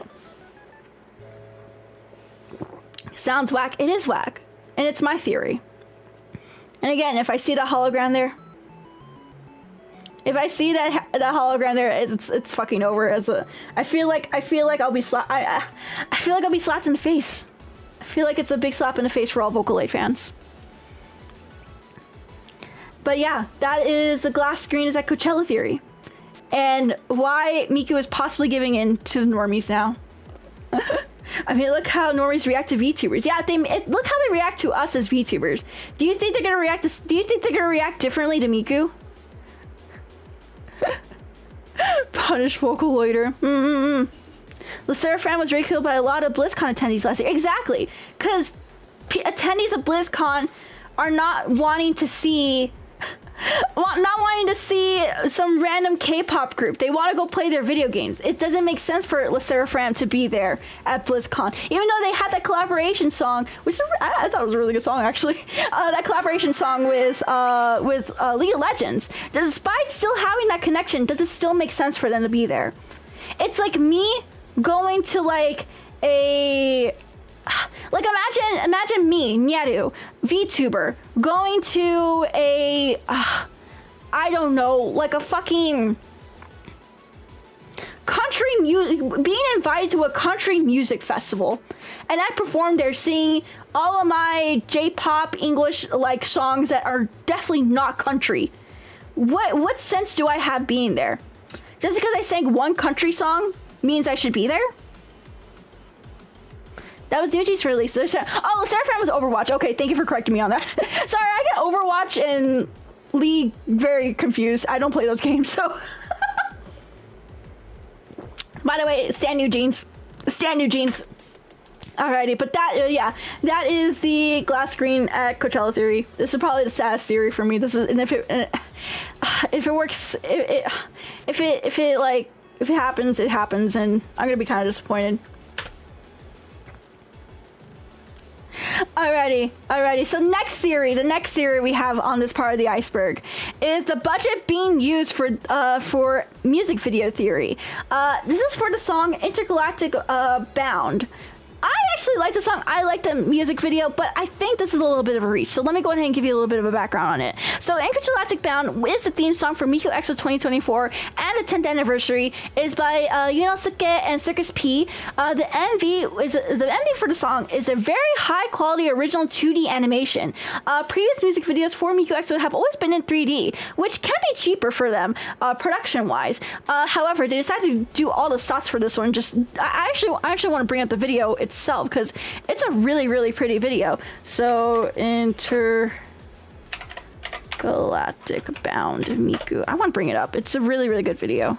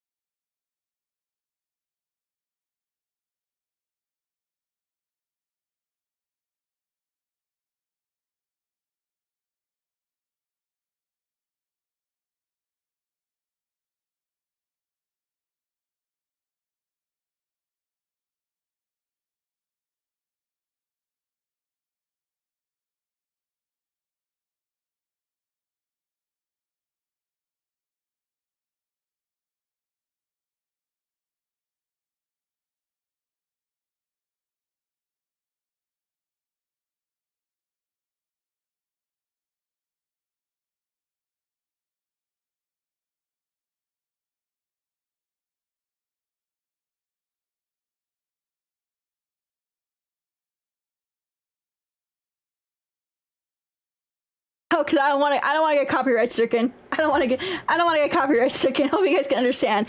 But yeah, that is the music video I'm talking about. If you guys would like to watch it, it is on the official Miku channel. It's a really, really pretty one. I like the song. The song's cute. The video is cute. So the theory for this at least is all the budget for Miku Expo 2024 pretty much went to this music video. I mean, I could see it, but I don't know. It feels like a reach. It feels like a reach.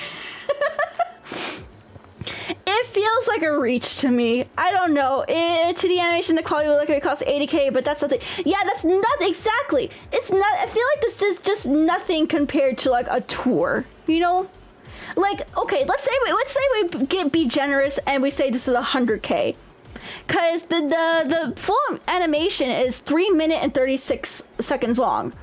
You know, yeah, if they did it's absolutely drained. Yeah, this is where the majority of the, if this theory is correct and it's saying this is where the majority of the budget been, the budget wasn't even big to begin with. The budget wasn't even big to begin with. Who did the animation? Good question. Let me see if they have an animation source on here. Let's see. MV director and animator Tanaka Masaki, secondary key animator. Thank you so much for subbing. Thank you. And thank you so much for super chat, guys. Thank you. I really appreciate all the super chats. So yeah, MV director Tanaka Masaki, second key animator is Harima Jinichi and Furukawa Aki and 𝗕𝗿𝗍𝗂𝗁 Nakamura. Oh, there's a whole bunch of names here. Music production, MV apparel design sponsorship, MV goods apparel sponsorship, novelty sponsorship. Yeah, it just says Tanaka Masaki, which I'm not too sure what studio he belongs to. But aside from that, even if this MV was 100K, a tour is gonna cost way more than 100K. Tours can cost like $500 to $1 million to facilitate, especially as big of a tour as Miku Expo is this year. They're not just coming to America, guys. Miku Expo is also going to the United Kingdom and Europe as well. So I think this is just like the biggest reach theory out of all of them, in my opinion. It just doesn't make sense to me. Like, I can theorize it, but it just feels like a reach. This is the biggest reach I've seen today for any sort of like theories regarding like where the budget goes, like how they're using it and everything like that. Yeah. I hope that makes sense. It's the beginning of the tour, and it's good to see the rest of the tour. Yeah, exactly. This is only the beginning of the tour, guys. The tour is stretching out all the way till the end of the year, for both North America and Europe. So yeah, that is. I'm not going to spend too much on it. I just think this is a big reach, in my opinion. Huge reach. So this is another really, really interesting one. This is another super interesting one. So the use of local musicians and not NKP39. But honestly, is this really an issue? To begin with, is this really an issue? So if you don't know, NKP39 is the official band that plays for Hatsune Miku and Vocaloid concerts for Krypton Future Media. So going all the way back, chat. So we're gonna go all the way back here, going all the way back to this timeline. These bands have appeared, this NKP39 has appeared in all of these concerts. All of them, including the original Miku Expo. My hunch theory is that someone recently Harvard MBA grad in Crunchyroll came up with this scheme and no one questioned it. Honestly, I don't trust MBAs. I don't trust MBAs for that reason. But going back to this, NKP39 has not made any appearances for Miku Expo 2024 so far. So instead, they have Miku Expo has been using local bands. Fans are upset that NKP39 isn't being utilized for the live instrumental music for Miku Expo 2024. However, from an inventor's perspective, I'm gonna be so real with you. It is super expensive to bring over multiple overseas performers like this, and also they need special visas to work and perform in the United States, especially for an extended period of time, and the fact that they're going to multiple countries. They're not just coming here to, the United States, they're going to Canada, they're going to the United States, they're going to Mexico, they're going to all parts of Europe. Do you know that's a lot of visas? That's a lot of money. That's a lot of paperwork to deal with for these band members. So in general, overseas performers are just so expensive to bring over. So while I personally don't find anything wrong with local bands, and I don't think the issue in itself is really the use of local bands, but is it a proof of this very limited budget that they're using for North America? You know what I mean? Like, are they just showing that this is the limited budget that they have? Or is it something more? Poor Crunchyroll, they're a really small indie company with limited budget. Small indie company, please understand. But yeah, I don't think the issue really here is, or at least I don't believe people should be upset at the local bands, because think about it. Miku is local, if you think about it like this. Miku is local. Miku supports everyone. Miku wants to bring love and happiness to everyone. So it makes sense to bring whatever part of the country they're in, whatever tour stuff that they're using. I think it makes sense for the Miku brand to bring in local bands and support them, because Miku wouldn't exist without, those musicians, making music and using her. I don't know if that makes sense. It makes sense for the brand. But with all the other topped-on controversies stacked up, it brought to light this, if that makes sense. I think if this was the only controversy to come out of Miku Expo, I would have been like, man, that's fucking stupid. Shut the fuck up. But everything else stacked up on top of this, it's not a good look. It's not a good look. Powered by Crunchyroll. I know, powered by Crunchyroll. But yeah, personally for me, I don't see an issue with the local band thing itself. But I think it is showing the lack of budgeting and care put forward by Crunchyroll. If they are even the ones controlling everything. It's all alleged right now. All alleged. Miku has thousands of local artists using corpo software to make their music and share it with the world. Exactly. Does MKP39 want to do all the concert this time? They didn't want to deal with visas and language barriers, and it'd be fine. Yeah, exactly. That could be the real reason why they're not here. But again, we don't know what's going on. And it doesn't help that there's a lot more controversy to Miku Expo 2024, which makes this look a lot worse than it is. Yeah, it wouldn't be an issue, but coupled with everything else, it's not a good look. It's not a good look to have this added on. You know what I mean? So yeah, that is the local musicians, not MKB39 issue. It's not really an issue, but it's not helping Miku Expo either. Not helping them either. Okay. So finally, Garfield PNG. What's the Garfield PNG? This is where I'm coming to you guys, and I want to ask you guys. What is this? What is this? Funny? Is it just funny? What is the Garfield PNG? I just found a random Miku Garfield PNG and I just put it on there. Is this Zoomer humor? Do y'all got an explanation for this? Who made the PowerPoint presentation? I did. I made it. Made it all within like 3 hours. What do you mean? That's Hatsune Miku. Garufu da yo, Miku Mondays. Garfield, you ate my lasagna. Garfield, you ate my lasagna. How dare you? So what's with the Garfield? I don't know what is this? I don't know what this is. Yeah, this work cycle is powerful. Oh yeah, it's very powerful. Okay. If anyone wants to give me a proper explanation, feel free to let me know. It's just Garfield with iconic hair. That's something more, nothing less. Is that really it? Is that it? I just think it's silly. I couldn't find a proper explanation for this, so I was just like, I'm gonna ask you guys, but even you guys are like kind of confused, so I'll go ahead and leave it at that. So, Zoomer humor! Yeah! Give it up for Zoomer humor! Alrighty. And I think we're getting to the peak. Well, we're getting to the darkest depths of this iceberg, this current iceberg, which is Elmo. And I know a lot of you guys, when you saw this on the original iceberg, you were like, what the fuck is going on?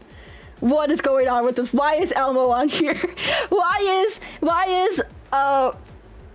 red puppet star sensation Elmo on a Hatsune Miku Iceberg and listed next to Hatsune Miku controversies. Well, let me go ahead and explain. So Elmo's not a Vocaloid. Elmo is now a Vocaloid. Yeah, pretty much confirmed. So, at Miku Expo 2024, they had a 2-day stop in San Jose Civic Center between April 8th and 9th. That ended yesterday.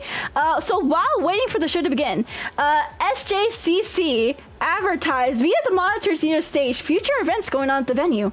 So that's pretty common for the venue to promote, like, what else is going on at the venue, to see if you're interested in, like, coming back and, you know, shit like that. Advertising. So these advertisements included a Sesame Street Live Say Hello advertisement featuring Elmo, Cookie Monster, and Abby, which of course you can see them there. And fans decided to just start chanting and cheering for Elmo every time the advertisement would appear. Memes began spreading that Elmo is now a true, hold on, I spelled that wrong. I gotta fix that. A true idol and Vocaloid. So apparently now, Elmo is a Vocaloid. Elmo is a Vocaloid, and I have video of this, chat. I have video of this. I gotta find it. I had it on here earlier. I had it on here. There it is. Okay, I got it, chat. No. Here it is. A little small. I apologize for that. So as you can see, okay, there's the other advertisements. Okay, so they have the other advertisements. They're going. You know, they're going promoting San Jose Civic Center. Yeah. Follow them. Yeah, country artists. And then Elmo. Yeah, everyone's cheering for Elmo. And then Elmo goes away. and then again, one more time. You know, we got the advertising the Civic Center. Yeah. Follow them on social media. Random Hispanic band and Elmo.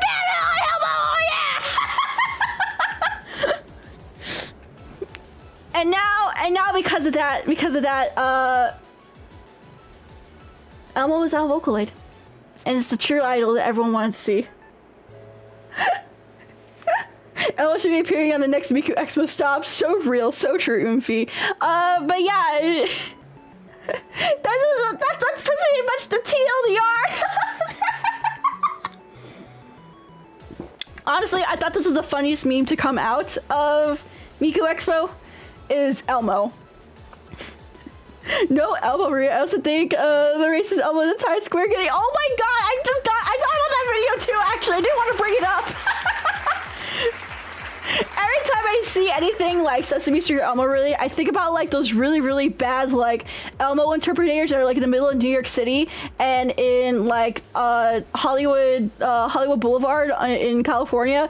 And then they try to like scam you out of like $10 or $20 for taking like a picture, even though you didn't mean to take a picture of them. And yeah, I think about that one video of like this Elmo getting arrested and he's like spouting like lots of slurs and everything. And I'm like, what the fuck? Every time I think about that, I'm like, why? Why does my memory of Elmo just go back to really bad people like spouting really bad words in the middle of Times Square? But yeah, TLDR, that's the Elmo. That is the Elmo. That's the reason why Elmo is listed there. This all happened in the span of 24 hours, by the way, so. Alrighty, so now let's go ahead and get into why exactly Miku Expo 2024 is failing. So I nailed it down to 4 points we are discussing today. So why Miku Expo 2024 failed? Cheap experience. They abandoned what their brand is known for, the hologram experience, for an alternative with no consideration. Now, again, I don't think anything is wrong with the LED, but they did it cheaply and they did it poorly, and they also just abandoned what their brand is known for, holograms. People were expecting that. They cheapened the experience. All for what? You know what I mean? So, second reason, powered by Crunchyroll. Crunchyroll's bad reputation and distrust within the West has bled through to Miku Expo 2024. And I wouldn't be surprised if this kind of like, it's gonna take a while for them to regain our trust in, you know, in the brand again. Because a lot of people are not trusting Miku Expo, they're not trusting Crunchyroll, they're not trusting Krypton Future Media right now. So this Crunchyroll situation has really left a lot of like a lot of this has left a sour taste in people's mouths. Crunchyroll has trust. Oh, trust me, some places they do, unfortunately. But it's gonna take a while for them to regain their brand trust, and this was not a good move to have Crunchyroll on there because of, again, their bad reputation. Alrighty, the third reason being wrong priorities. So potentially they are prioritizing a general audience music festival over dedicated fans who support them directly. Again, I feel like a broken record, but again, I think if we see that hologram end up at a Coachella, it's going to be the end. It's going to be the fall of Hatsune Miku, you know? Because why? It's the same thing in video game culture, where video games end up always being for general audiences and not for the dedicated fans who have been there since, you know, the series has existed. It's happening to Miku, and it's going to be confirmed this coming Friday. So right now, this is a potential reason, but it's a reason nonetheless. And then finally, the fourth reason why Miku Expo is failing is there's no response. No response from staff at all. The lack of response and actions taken by CRF and Crunchyroll to address these issues is driving people away. And especially where they turn off ticket sales. You know, that wasn't a smart move at all. That was not a smart move. Because that makes it known that they're aware of what's going on. And the fact that they're still quiet about it is, again, it's not a good look. Not a good look, Goofy. Not a good look. Not a good look. None of this is a good look. I never thought to this day, I would make a slideshow that says the canceling of Hatsune Miku. In 2010, Vocaloid was so cool. Like, you know, the 39th Thanksgiving just happened, popularized like concerts and everything, the hologram. It was so cool back then. And to see it go from like what it used to be to now, it makes me really sad. It makes me feel very old too. Because I've been around for a while. Like, you know, like in taking all Vocaloid and Miku stuff, making it very cool. Oh my god, you're welcome. But man, it's just very disappointing that I never thought in a million years I would have made a presentation, a deep dive like this, because I love Miku. I love Vocaloid. And I don't like what's going on right now. You know? I don't like what's going on. Yeah, the silence says everything. Exactly. It's a shame with VTubers being a thing now. It's a good chance to revitalize interest in Miku and Vocaloid as a whole. It is a chance. And they're ruining it. They're ruining it so much. They have the opportunity right now with the popularization of streaming and like big interest in Japanese music, and especially with VTubers being a thing and using the similar technology to what Miku like revolutionized for us. It's sad. It's sad, man. It's depressing. I've always wanted to be exactly like Miku, and I'm kind of close to that, but I don't want her to go down too dirty. You know what I mean? Miku would play Apex. What kind of game would Miku play? No, I think she would play TF2 with me. Miku would play TF2 with me. And thank you so much for the follows, guys. Thank you. And thanks so much, Darkside, for the resub, by the way. For 40 month anniversary to us. Thank you. The problems with Crunchyroll, they don't respect anything that goes against their agendas. Exactly. That is a potential reason. It's an unconfirmed reason, but it is a potential reason that a lot of people are speculating right now. Miku would play Project Diva with Nyaru. No, she would play TF2, and she would play Scout, because Miku would be a Scout main. Miku would be a Scout main. Confirmed by me. But of course, it's not over yet. The controversies will continue. will continue to grow as the tour continues. We don't know what today's gonna bring. We don't know what tomorrow's concert was gonna bring. We don't know what Coachella is gonna bring to us. This is only the beginning. The tour only started a week ago, chat. It only started a week ago. And, like, it's not looking good, chat. This ain't looking good at all, you know? The person that is making this iceberg, by the way, Takoyaki Donut, thank you so much again for making this iceberg. They are going to be continuing to update this iceberg as the tour goes on. So again, if you'd like to see the updated versions of this iceberg, please search follow Takoyaki Donuts on X and tell them like, hey, a VTuber sent me here because they thought you were really cool. And then of course, the winner of the Miku Expo 10th anniversary song contest is a producer that goes by Sawtone. They are the background music we have been using for today's stream, actually. Their song is Magical Cure Love Shot. You should go stream it now, and I want to show you guys a little snippet of it because I think it's such a cute song. This song actually revitalized my love for Hatsune Miku because it's very nostalgic sounding. It's so cute. I love the video. Just give it a listen. Just give it a listen.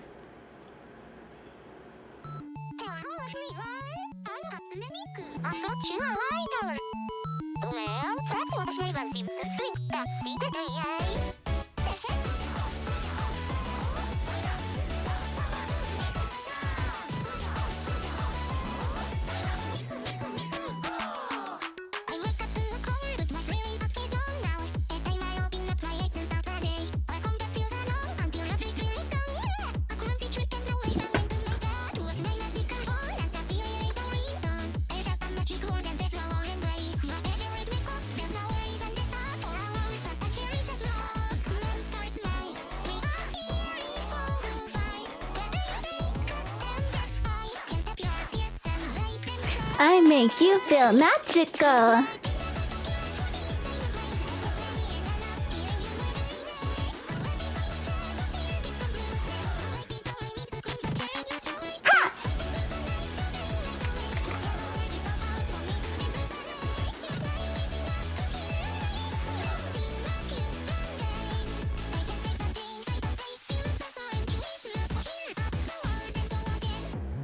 Yay!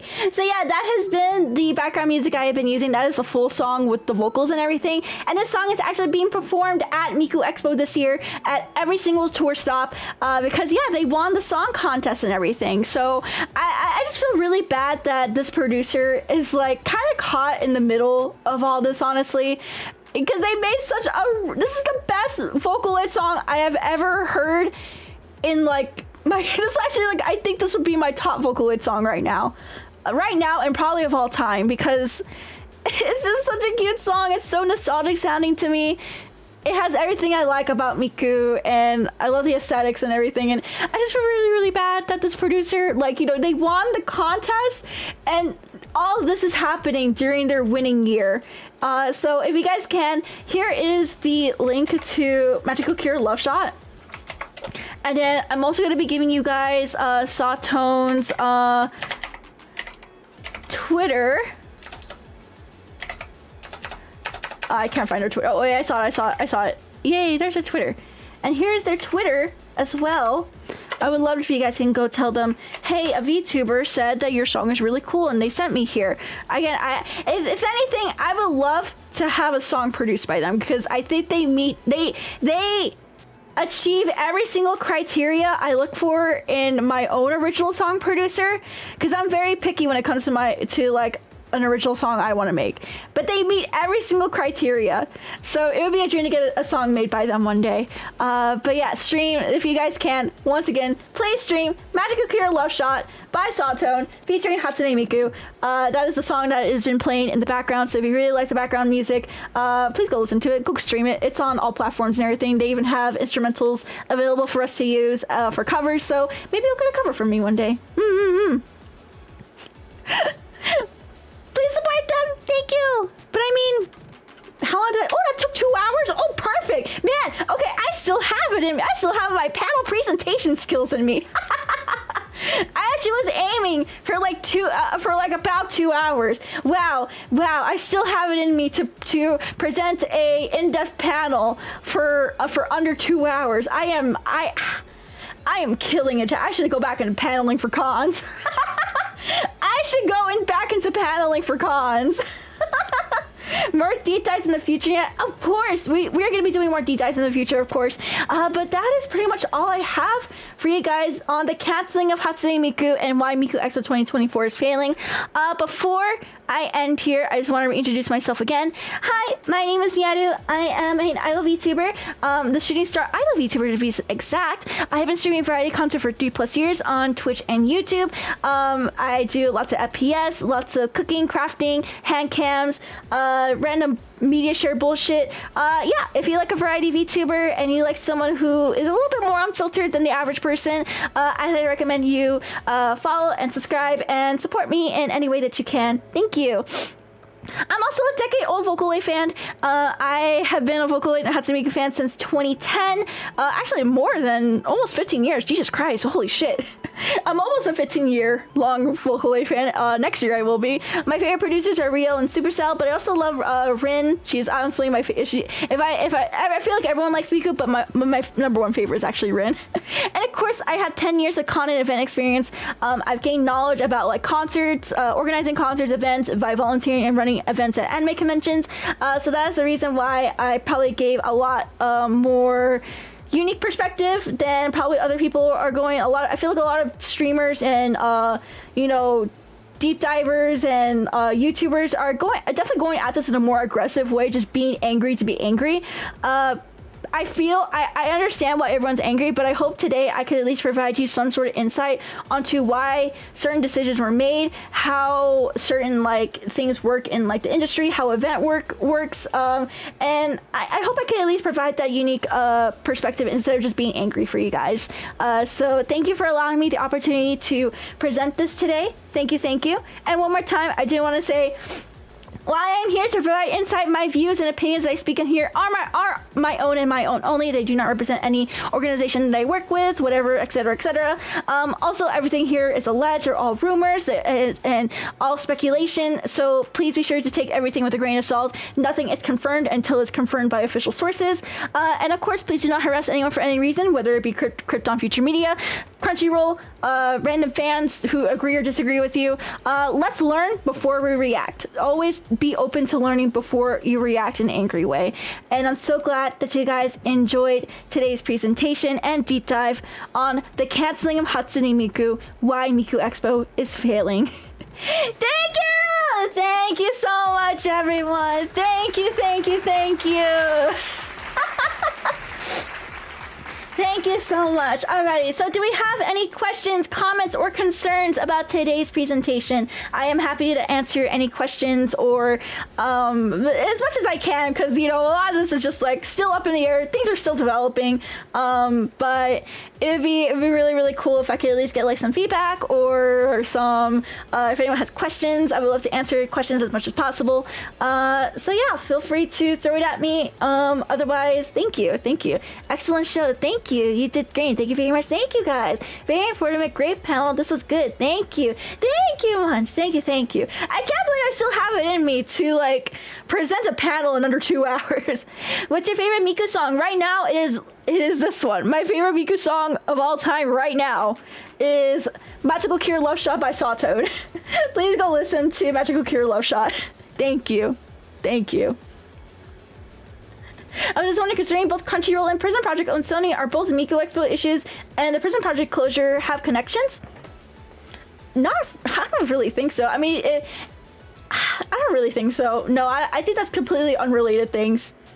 Sony is another issue in itself, but it's not really something that I don't think we should be discussed here, if that makes sense. I feel like that, again, just like with the Canada Miku situation, it's another can of worms that can be saved for another deep dive or another like sort of panel presentation or discussion at a later time.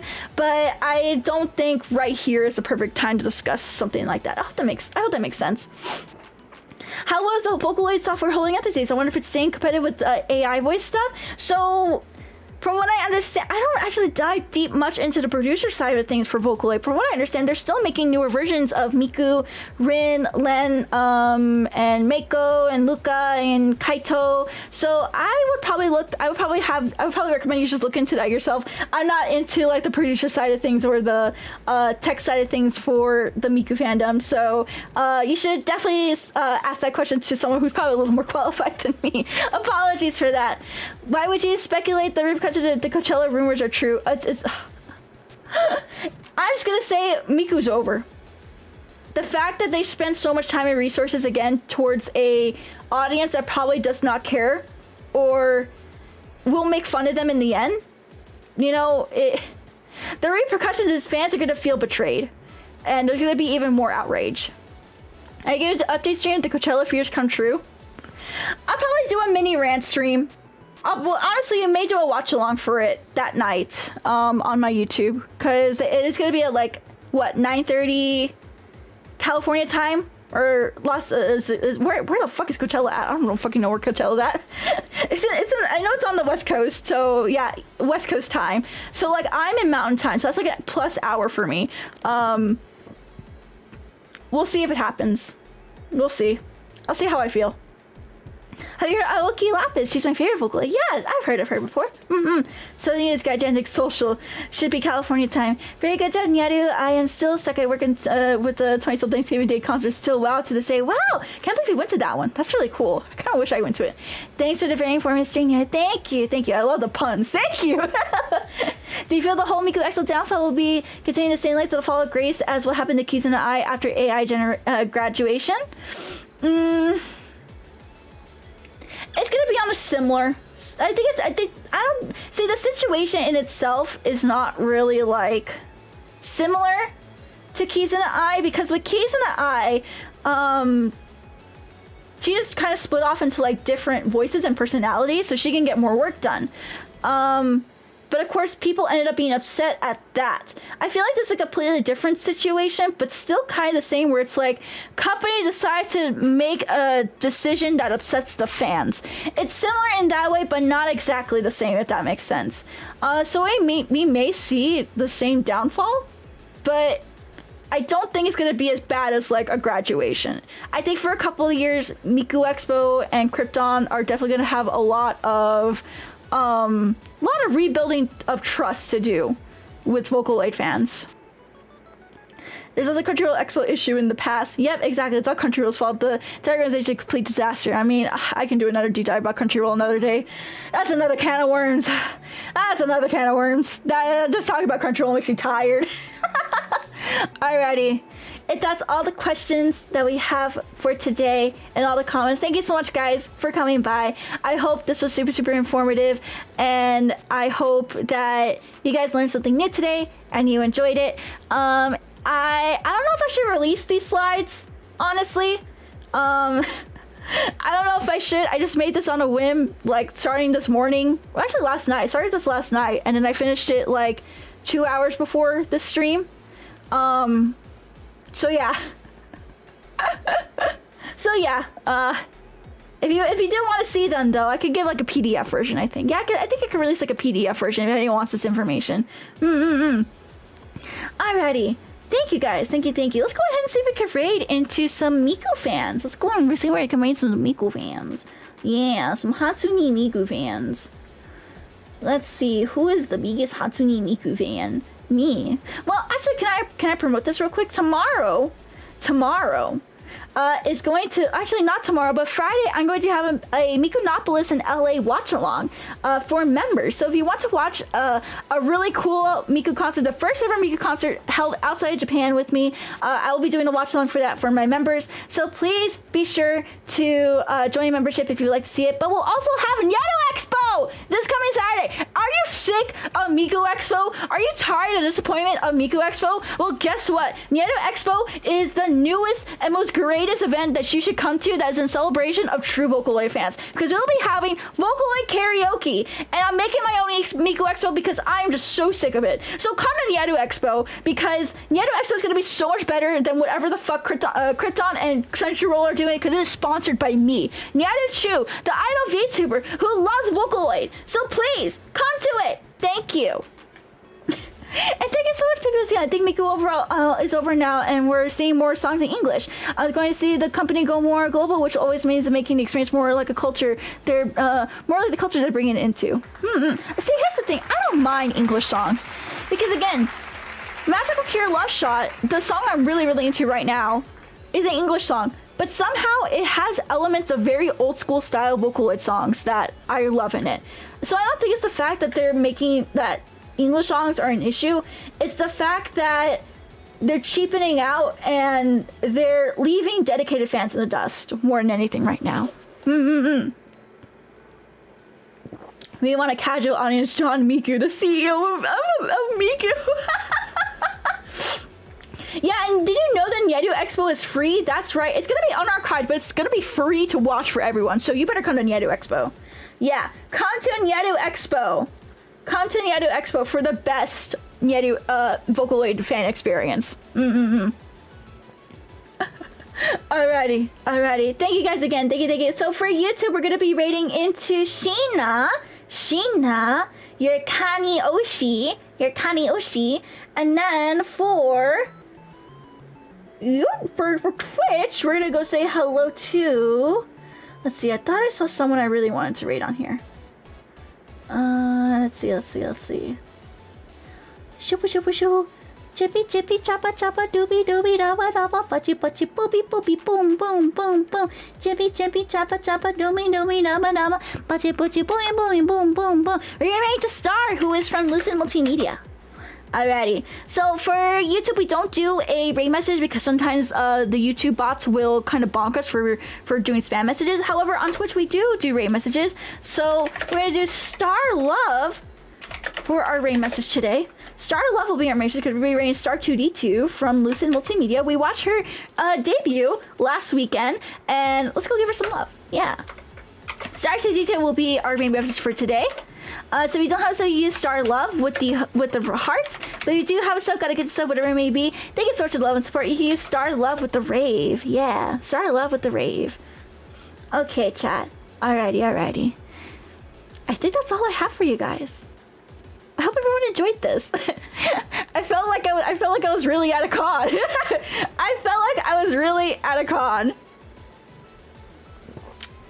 I hope you guys liked it. I hope you like the style of like deep dives I do where it's more anime convention style. I try to come up with more topics to talk about in the future like this. Especially if it's like recent topics, it helps a lot because there's a lot more recent information for it. So yeah. Thank you so much, guys, again. Thank you. I'm gonna go ahead and leave you off here, and I'm gonna go take care of my doggies. Thank you so much, guys. 𝗷 nya, nya, nyaru. Bye, guys. Thank you.